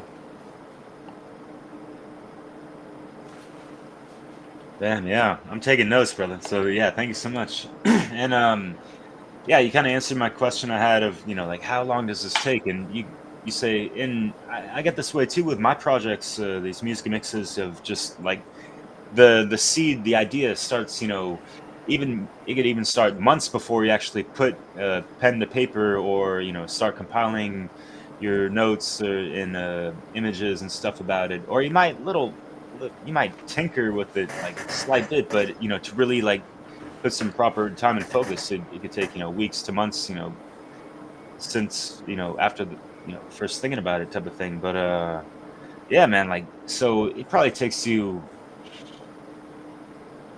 over 100 hours to make all the slides, do the recordings and all that stuff. And do you recite? Do you kind of go over your presentation like a mock version, or had maybe just you record it one time and you watch over again? It's like, ah, damn it, I got to do another rerun of that type of thing. Or is it kind of? I'm sure it's changed over the years and whatever, trial and errors type of thing. Usually, I would do just one recording. With funnel, I'm going to change it up and record in sections, because when you're doing an hour long, 2 hour, presentation, the more you talk, you get fatigued, so when you start off, from the beginning, you start off talking strong, but after an hour talking, you get kind of winded, mouth start getting dry. So what I'm going to do is I'm going to section the presentation off and do like 5, 6, 10 minute recordings, so that way I'll have 5, 6 different recordings, and then if one isn't the way that I want it to be, then I could just have recorded hell again. Then I could just take those recordings, put them in have Resolve Studio, put them all together, put a intro, a outro, and then bam, just giving it a little bit more of a professional production, because I'm all about getting better and stepping up my game. And because this is like a craft, and I always want to get better, so I always look back at some things that I can work on. And over the past 2 years, I've really been using have Resolve Studio to do a lot of video editing, so to edit one of my presentations would be nothing compared to me spending 12 hours editing one of our One Great Warrior videos. So it'll be much easier, because it'll be simple, just some quick snippets, and then boom. But yeah, this one I'm going to do in sections, and I would actually tell people to do that, because I think I think it would be more easier, and it will just have a better overall product, compared to you trying to sit there for 1 hour and just read. At least if it's like off sections, even if you go off for a little bit, you can always edit that out. And yeah, but this will be the first time that I've tried that. And then too, you can also put in some B-roll footage too. I may actually do that, because I was watching one of David Greenberg's presentations, and he was actually using B-roll, and I'm like, oh yeah, that's something they always talk about in all of the content creation videos, but I never thought about putting it in my presentation, but it actually does make sense. B-roll? Yeah, B-roll. Yeah, like if you're talking about something, like let's say we're talking about order followers, as you're talking, instead of you having your recording on your presentation, you put in a clip of the actual order following violating like people's property rights. Yeah, like that's what they call B-roll. Okay, geez, I don't know why I didn't know that term, but yeah. That's exactly like the type of presentation I was thinking about, or I've had in my mind, just because I've never done a full-on presentation kind of like really that formal. And I'm gonna definitely have those elements, but anyways, yeah, but I was thinking about doing it kind of like you said, of having these sectional recordings and stuff, because yeah, I'm gonna be speaking about the human side, my own spin on the acronym of AI versus the robotic shit, Yeah. And remind me again, what's your presentation going to be about? It's titled "Devoid of Conscience, Lacking Consciousness." So I'm going to be talking about one of the most dangerous, successful, poisonous, cancerous ideologies that man could ever subscribe to. And that is the belief, the ideology, the distorted worldview of moral relativism. Nice. So yeah, Yeah. that's what my presentation is going to be about, and I'm just going to be talking about why it is so dangerous and what are the consequences that follows when unfortunately many people buy to this collectivist mindset, because every collectivist society throughout history, doesn't matter which society it was, all bought into more relativistic society. Every civilization, every society that got conquered from within bought into more relativism. It has a 100% accurate ratio when it comes to being conquered, being destroyed from within. That's the best way to get a society to implode from within, is get it to subscribe to this dangerous, poisonous ideology. And I would say solipsism is the only ideology I would put that's even more dangerous than more relativism. So And it's pretty much aligned with moral relativism. And for folks that aren't familiar with that, it's just, yeah, like man can, decide what's moral or immoral based off a whim, whether time, place, whatever. And that's not in alignment with natural law per se, especially if it's yeah, not in alignment with objective morality and reality and truth and all that shit.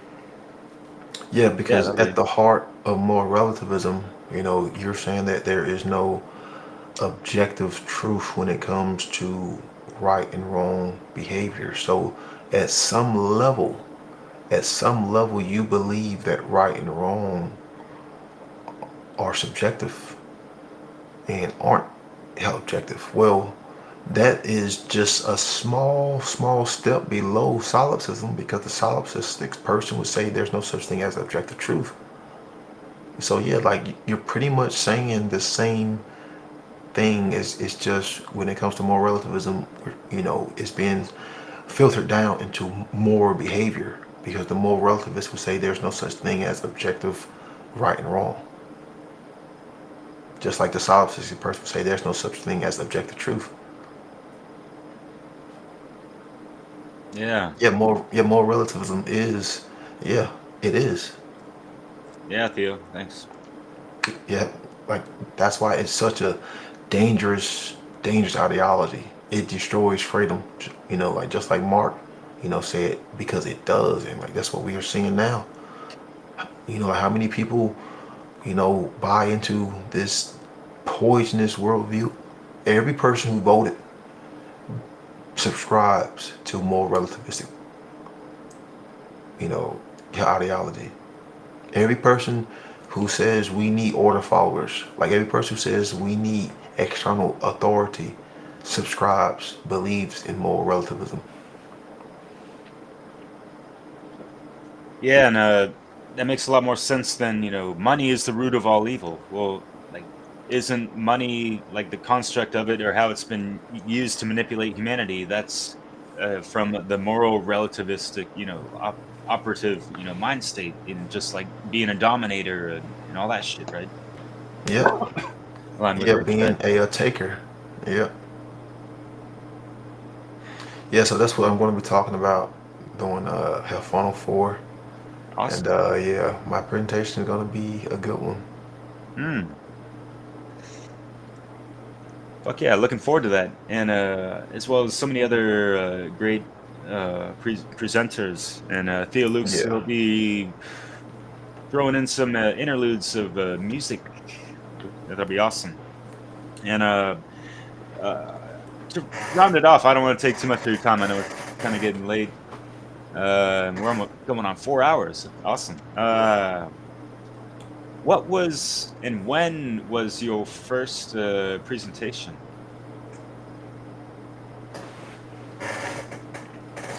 I can't even remember what it was called, because I was so nervous, and definitely had like the beginner vibes. But this would have been maybe late 2021.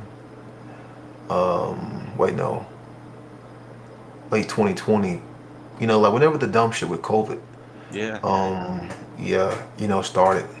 yeah, like maybe fall/winter of 2020 have possibly would have been my first presentation, because I did not have the technology I had now. I had a Google Chromebook, and I tried like their shitty software, like presentations, and used that for like a few times, and it wasn't up to par. And like that's when I was like, man, I need better, hardware. So yeah, it was after creating, like my first presentation on that shitty Chromebook that didn't even have RAM, that I realized like, man, I need better hardware. So, but yeah, it would have been late 2020. I can't even remember what it was called, but it's posted on my Odyssey. Because even though you're in those beginner stages, it's the message that is kind of important, not how I sound, not me stuttering, not me just being nervous, because we all have that, like most people who create content, they have those first time jitters. And I did we all not. had to start from somewhere, right? Everyone Yeah. was initiating themselves into this. It was a Right. first for everyone type of thing, right? Yeah. Yeah. And I want other people to see it, because that's the realness, that's the authenticity. It's like you can see how I was, you can see how many people was like when they first started. So there's no hiding it. Like that's the realness that people can see. So it's like, hey, if you decide to, help join the battle, then it may be something that you have to, endure. But you know what? We all had to endure it. Because not many people are going to be able to go on stage or, go in front of the camera and not be nervous. Especially if you don't have, any kind of, history doing it beforehand. Because me, I did not want to do that. I did not. It was a deep fear. It was a deep fear, but I had to. Yeah, that's awesome. You got over that threshold, and Yeah. getting better and better as time goes on. And yeah, it's cool to see, where you started from and where you're currently at and all that stuff. And and that's it's a kind of a short period of time, like 5 years, or no, 4 or 5 years type of thing. So yeah, man, you've improved in a lot of ways, man. It's fucking great. Especially, even with the One Great Work Warriors, those videos and stuff, and much gratitude for you for producing all those as well, and trying out new stuff and throwing out these cool aesthetics and stuff. I definitely appreciate that. Yeah, thank you. Yeah, the funny thing is within a year of me doing this stuff, one of the best opportunities in my life was thrown at me. Well, technically two, but I'm talking about with the technology, and I literally considered that was a gift from creation, letting me know that I was doing the right thing. And that was when I had to step my game up, that was when I had to learn more. And that's why I'm always constantly trying to learn more, because I'm very blessed when it comes to the technological realm. So I don't take it for granted. And I'm going to continue to use it as long as I am alive, and as long as I am blessed to continue to spread this flow of information. Yeah, so that was the universe, saying, or I feel like that was the universe coming to aid me to help spread this message of truth to more and more people who don't want to hear it. And that's what I use this technology for. Because if people came in my room and seen all this shit, they'd be like, man, you got enough here for 10 people. I literally have enough technology here where I could have a team, literally. But it's just me, and that's totally fine because it's simple, and I want to keep it simple. And that's one thing I try to tell people is keep it simple, man. Like, don't make things so overly complex. Things become harder to manage. You gotta keep things simple, man. And that's what I try to do. So, like that was the universe rewarding me, with those technological donations. So. Yeah, and you took it in stride and honored that in a lot of ways of you optimizing, your technological gifts and learning along the way, and what you got playing in the background. Is that What on Earth is Happening podcast or one of his presentations? Can't tell. Yeah, it's the podcast. Ah, cool. Episode 242. Cool, yeah. One of the last years he had it running, huh? Yeah. Yeah, on the new Hell, I format. probably will update the live stream probably after funnel. Start downloading some more videos and get some more videos uploaded. Cause it's like when you run it for so long, 500 videos pretty much becomes nothing. Cause I constantly have it running on two different monitors. So yeah. Plus, whoever is watching, you don't want to keep seeing like the same content over and over. So at least, kind of update it. And yeah. Yeah, keeping that one-man army strong in a sense, fuck yeah, man. Yeah. It's really easy, man. Like people Keep it try simple, but yeah. Yeah. Running the live stream is so easy. The way that I have it, it's so simple, man. Like anyone can literally do it. You don't need to get an expensive, laptop or desktop. You really don't. You can spend about a couple $100 and you can easily run it. Now the hardest thing is when you go out of town, because pretty much the way OBS is and Twitch, it'll constantly reconnect. So Twitch will never go down unless my power goes out. Like even if my Wi-Fi goes down, eventually my Wi-Fi will come back up, and given it enough time, OBS will reconnect. That's the good thing. But when it comes to Rumble and Odyssey, those dog shit live streaming platforms are nowhere near close to Twitch. Like Odyssey constantly reconnects. Rumble has a 30-day limit. So like every 30 days I have to go in and change my stream key and all that stuff. Twitch is by far the easiest, simplest platform. And like I say, even if my internet goes out, Twitch and OBS will eventually connect. With Odyssey and Rumble, like I have to go in and individually, type in the stream code, the stream key, and that shit becomes annoying. Twitch is so easy to manage, so. Yeah, I usually have just YouTube and Twitch when I do my live streams, and it's fine, man. Twitch, what is it? A few folks like us that are on there trying to broadcast the truth amongst an ocean of fucking gamers and shit that's just like, Yeah. All right, that's what people are, find popular and are paying attention to. That's quite unfortunate. Women in bathtubs, like getting their fans to donate to them so they can do stuff. It's like softcore porn.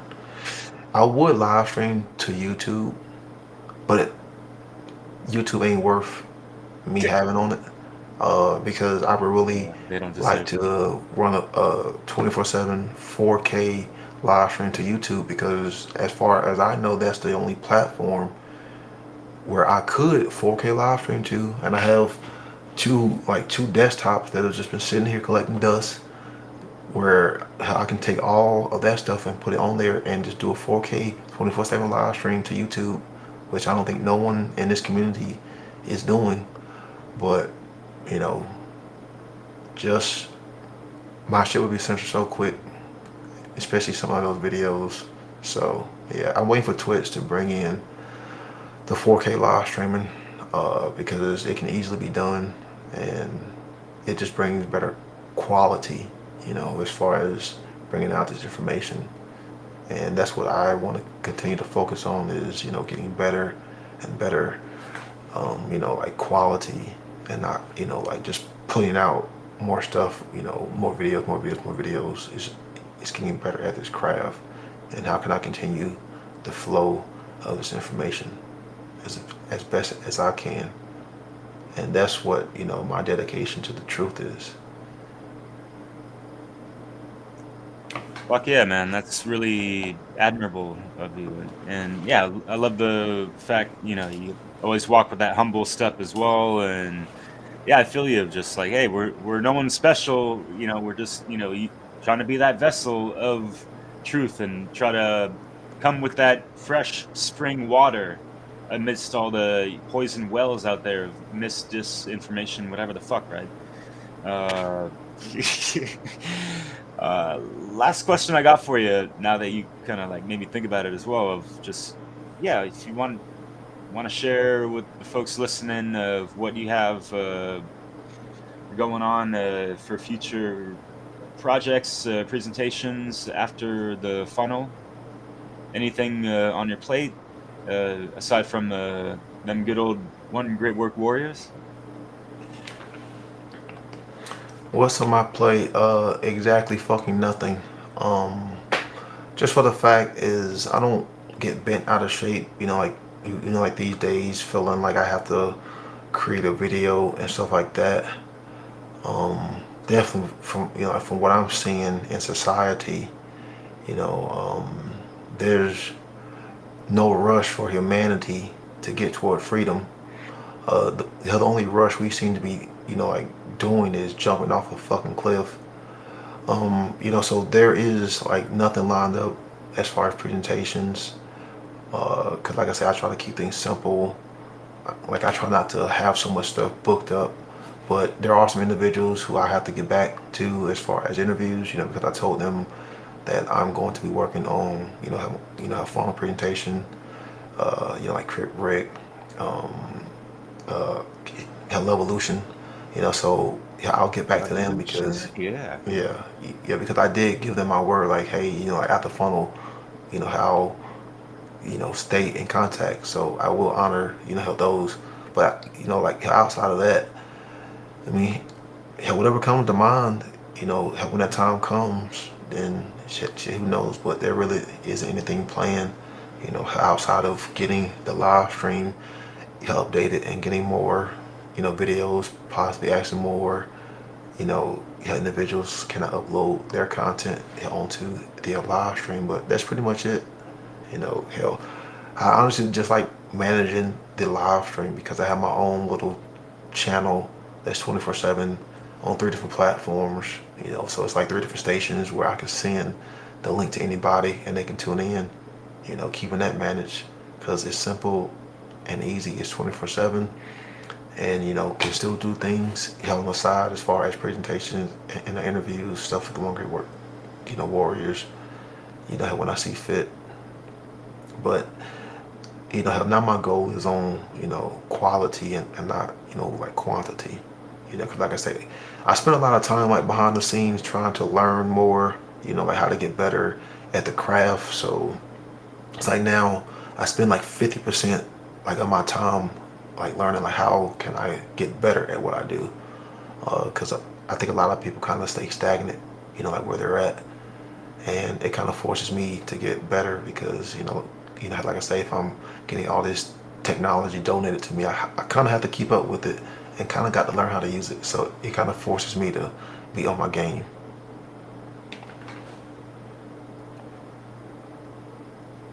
Yeah, that's great, man. That's great. And I know you're always using your time wisely. And, folks, we can kind of relate to this of just how we tend to sequester ourselves to optimize that extra free time to master our craft, as well as like keep our swords sharp as far as refining our knowledge and that kind of stuff, and working behind the scenes like networking and taking care of the like Telegram chat for One Great Warriors and that kind of stuff.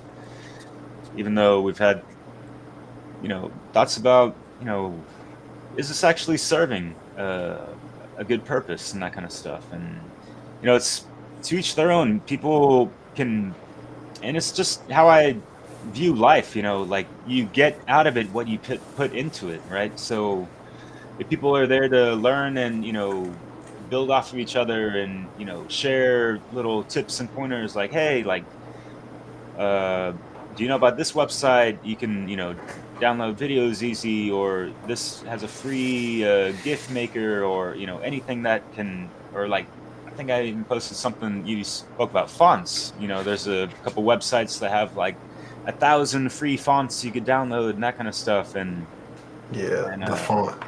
yeah, what you want, but so yeah, it's I really do like networking, but yeah, it really does take a good amount of time and focus away from what other things that we could be doing as far as our own projects, and yeah, like the things that you got going on managing. It's there's a lot of responsibility of all these things. So yeah, man, I love your approach to the great work and your continuation of it all. Yeah. Hell, thank you. Yeah, thank you. Because I've given up a lot, to go down this path. Sacrifice. Maybe one day,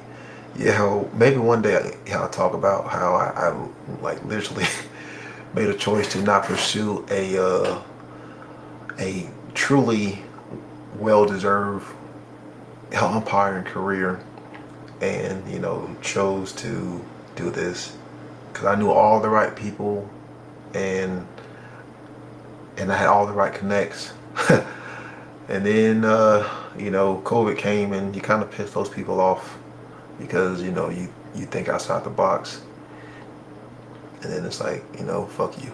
So, but yeah, how that was a sacrifice. How many of us have made that sacrifice? Because you don't want to see humanity enslaved. You don't want to see other life held enslaved. So you'll at least do your part in this battle, and not just view others as forms of entertainment, because that's what too many people do.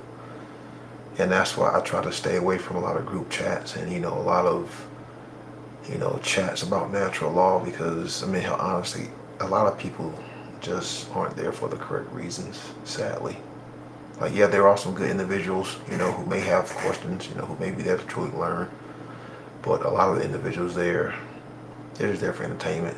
They're just there to, give off this illusion as though they're doing something good because they communicate with other people who are actually involved. But yeah. And then there's like the infotainment as well. It's just like we're going over all the stories and just like playing on the realm of effects, and not getting to the root cause of things to be the the proper positive causal factors of solution oriented actions and that kind of stuff. Kind of like inspire care to action, kind of like the name of the good old funnel conference. But yeah. Yeah, of course, like living in alignment to natural law, it's not just about like putting out videos and like this is what it's about and trying to teach it and convey it, portray it, however people want to say it.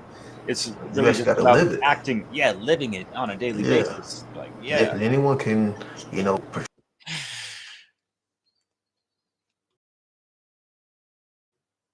oh shit, your audio just popped out. I can't hear you anymore. That's weird. Nah, I can't hear you. All right, hold on. Yeah, you're good. You're good. All right. Well, what about now? Yeah, I hear you. Yeah, I don't know if it's something with Restream or what, but yeah, like something popped up on Restream, but my mic was going off the OBS. I don't know, but yeah, like you can portray yourself to be something online, like all day, but if you're not actually, like living these principles in real life, then you're just being a poser. You're just being a fraud. So it has more to do, to what are you doing in your, everyday life with the individuals who you are, held involved in those actions and behaviors. Yeah. Full alignments. That's part of the, life assignments, right?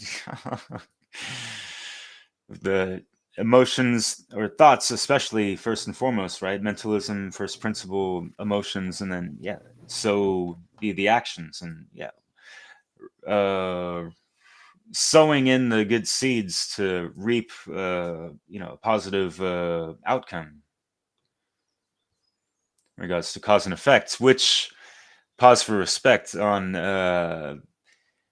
That is your favorite Hermetic principle, am I correct? It's one that I talk about a lot. I mean, like, hell, I wouldn't say it's a favorite because I don't think we can, take one out, and leave the other six. But yeah, I mean, I kind of like them all, but Yeah, I kind of like how I was just trying to segue into this this little short reel I made, sampling your from your Lex Naturalis. If you don't mind, quick little minute of music, and then we'll conclude this live stream after, if you don't mind. sure. Cheers. Cause and effect. Every cause has its effect. Every effect has its cause. Everything happens according to law. Chance is but a name for law not recognized.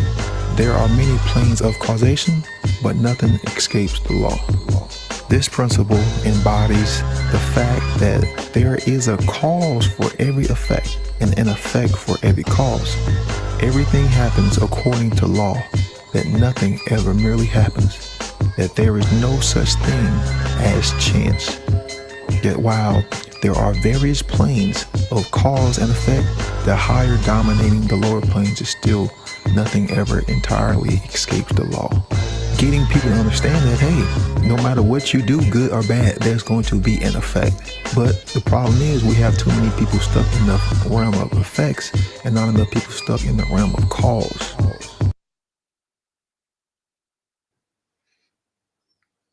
Yeah, just like we were just saying right now.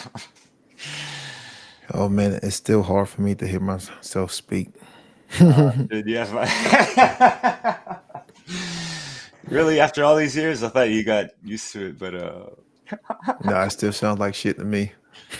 oh man, yeah. It's funny how our ears filter our own voice differently than how other people hear it. I think, I struggled with this for like 30 years of my fucking life too, man. Like, it's Yeah. nothing new to me, but yeah. I mean, at one point, hell, I just had to say fuck it, but whenever we got, whenever I'm editing our videos in the One Great Work Warriors, whenever I start talking, I just put that shit on mute. Like I just do not like hearing myself talk. But Yeah. other people seem to say they like, the sound of my voice. Hell, I disagree. It makes my fucking ears literally fucking hurt. Yeah, man. Your voice is actually very soothing for me. Even like when you're getting cathartic or whatever. I don't know. You got that. Yeah. And I've had a like lot of women creative, tell me yeah. that. Yeah, I've had a lot of women. Yeah, tell me that. And I'm not saying like you have a soft voice like that in regards to like soothing, but it's like clear and crisp, and it makes a lot of sense. And you're just like, Yeah. relentless, conscious, like like bars, whatever. But young slang, whatever. But yeah, he's got that Natty Law slang, man. Shit. He likes to ask people out in Thailand, "Do you got natural law?" He's quite inspired by your works as well, man. So yeah. Yeah, shout out to him. Yeah, appreciate it. Yeah. All right. In conclusion, I suppose, 4 hours. Thank you so much for your time. But yeah, I definitely want to leave you the floor for anything else you want to share or explore. Yeah, I hope my software doesn't crash for some reason.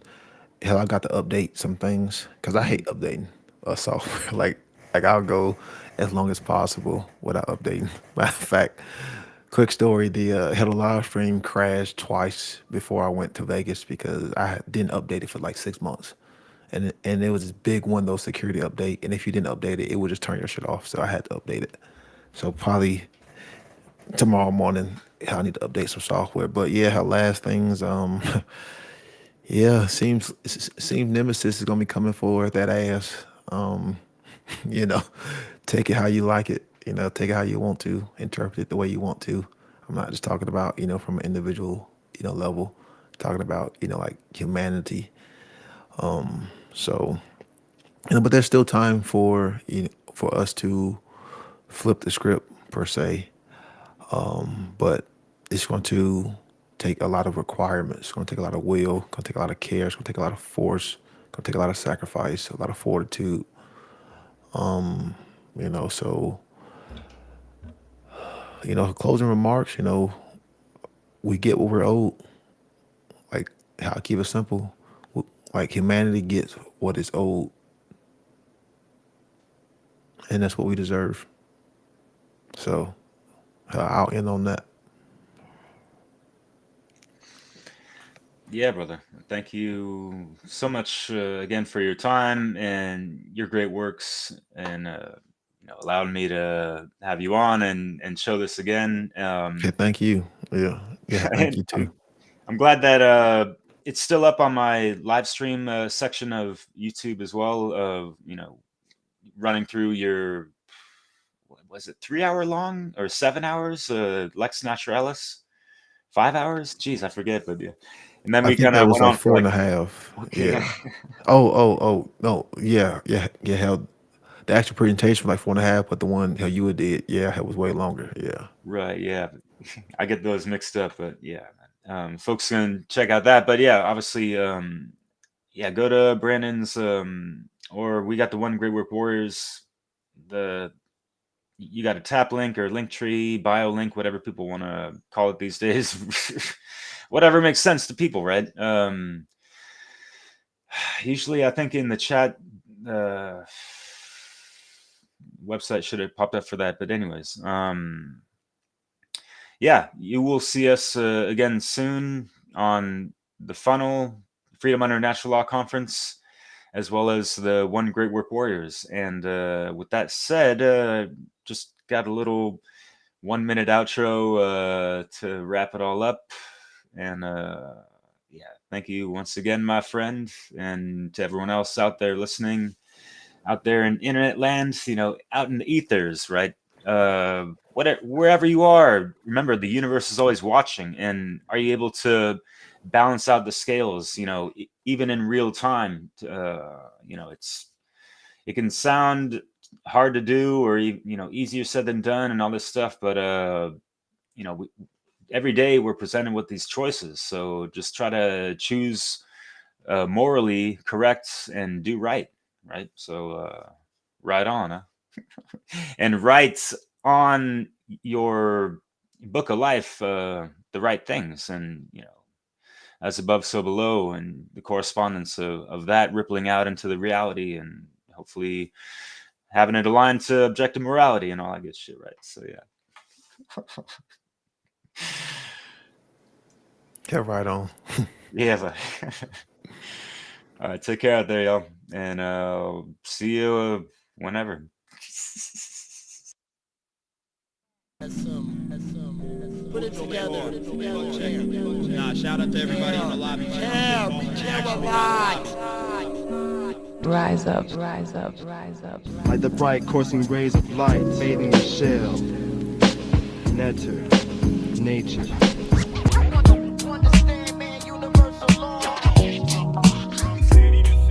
Rise up, rise up. The warriors.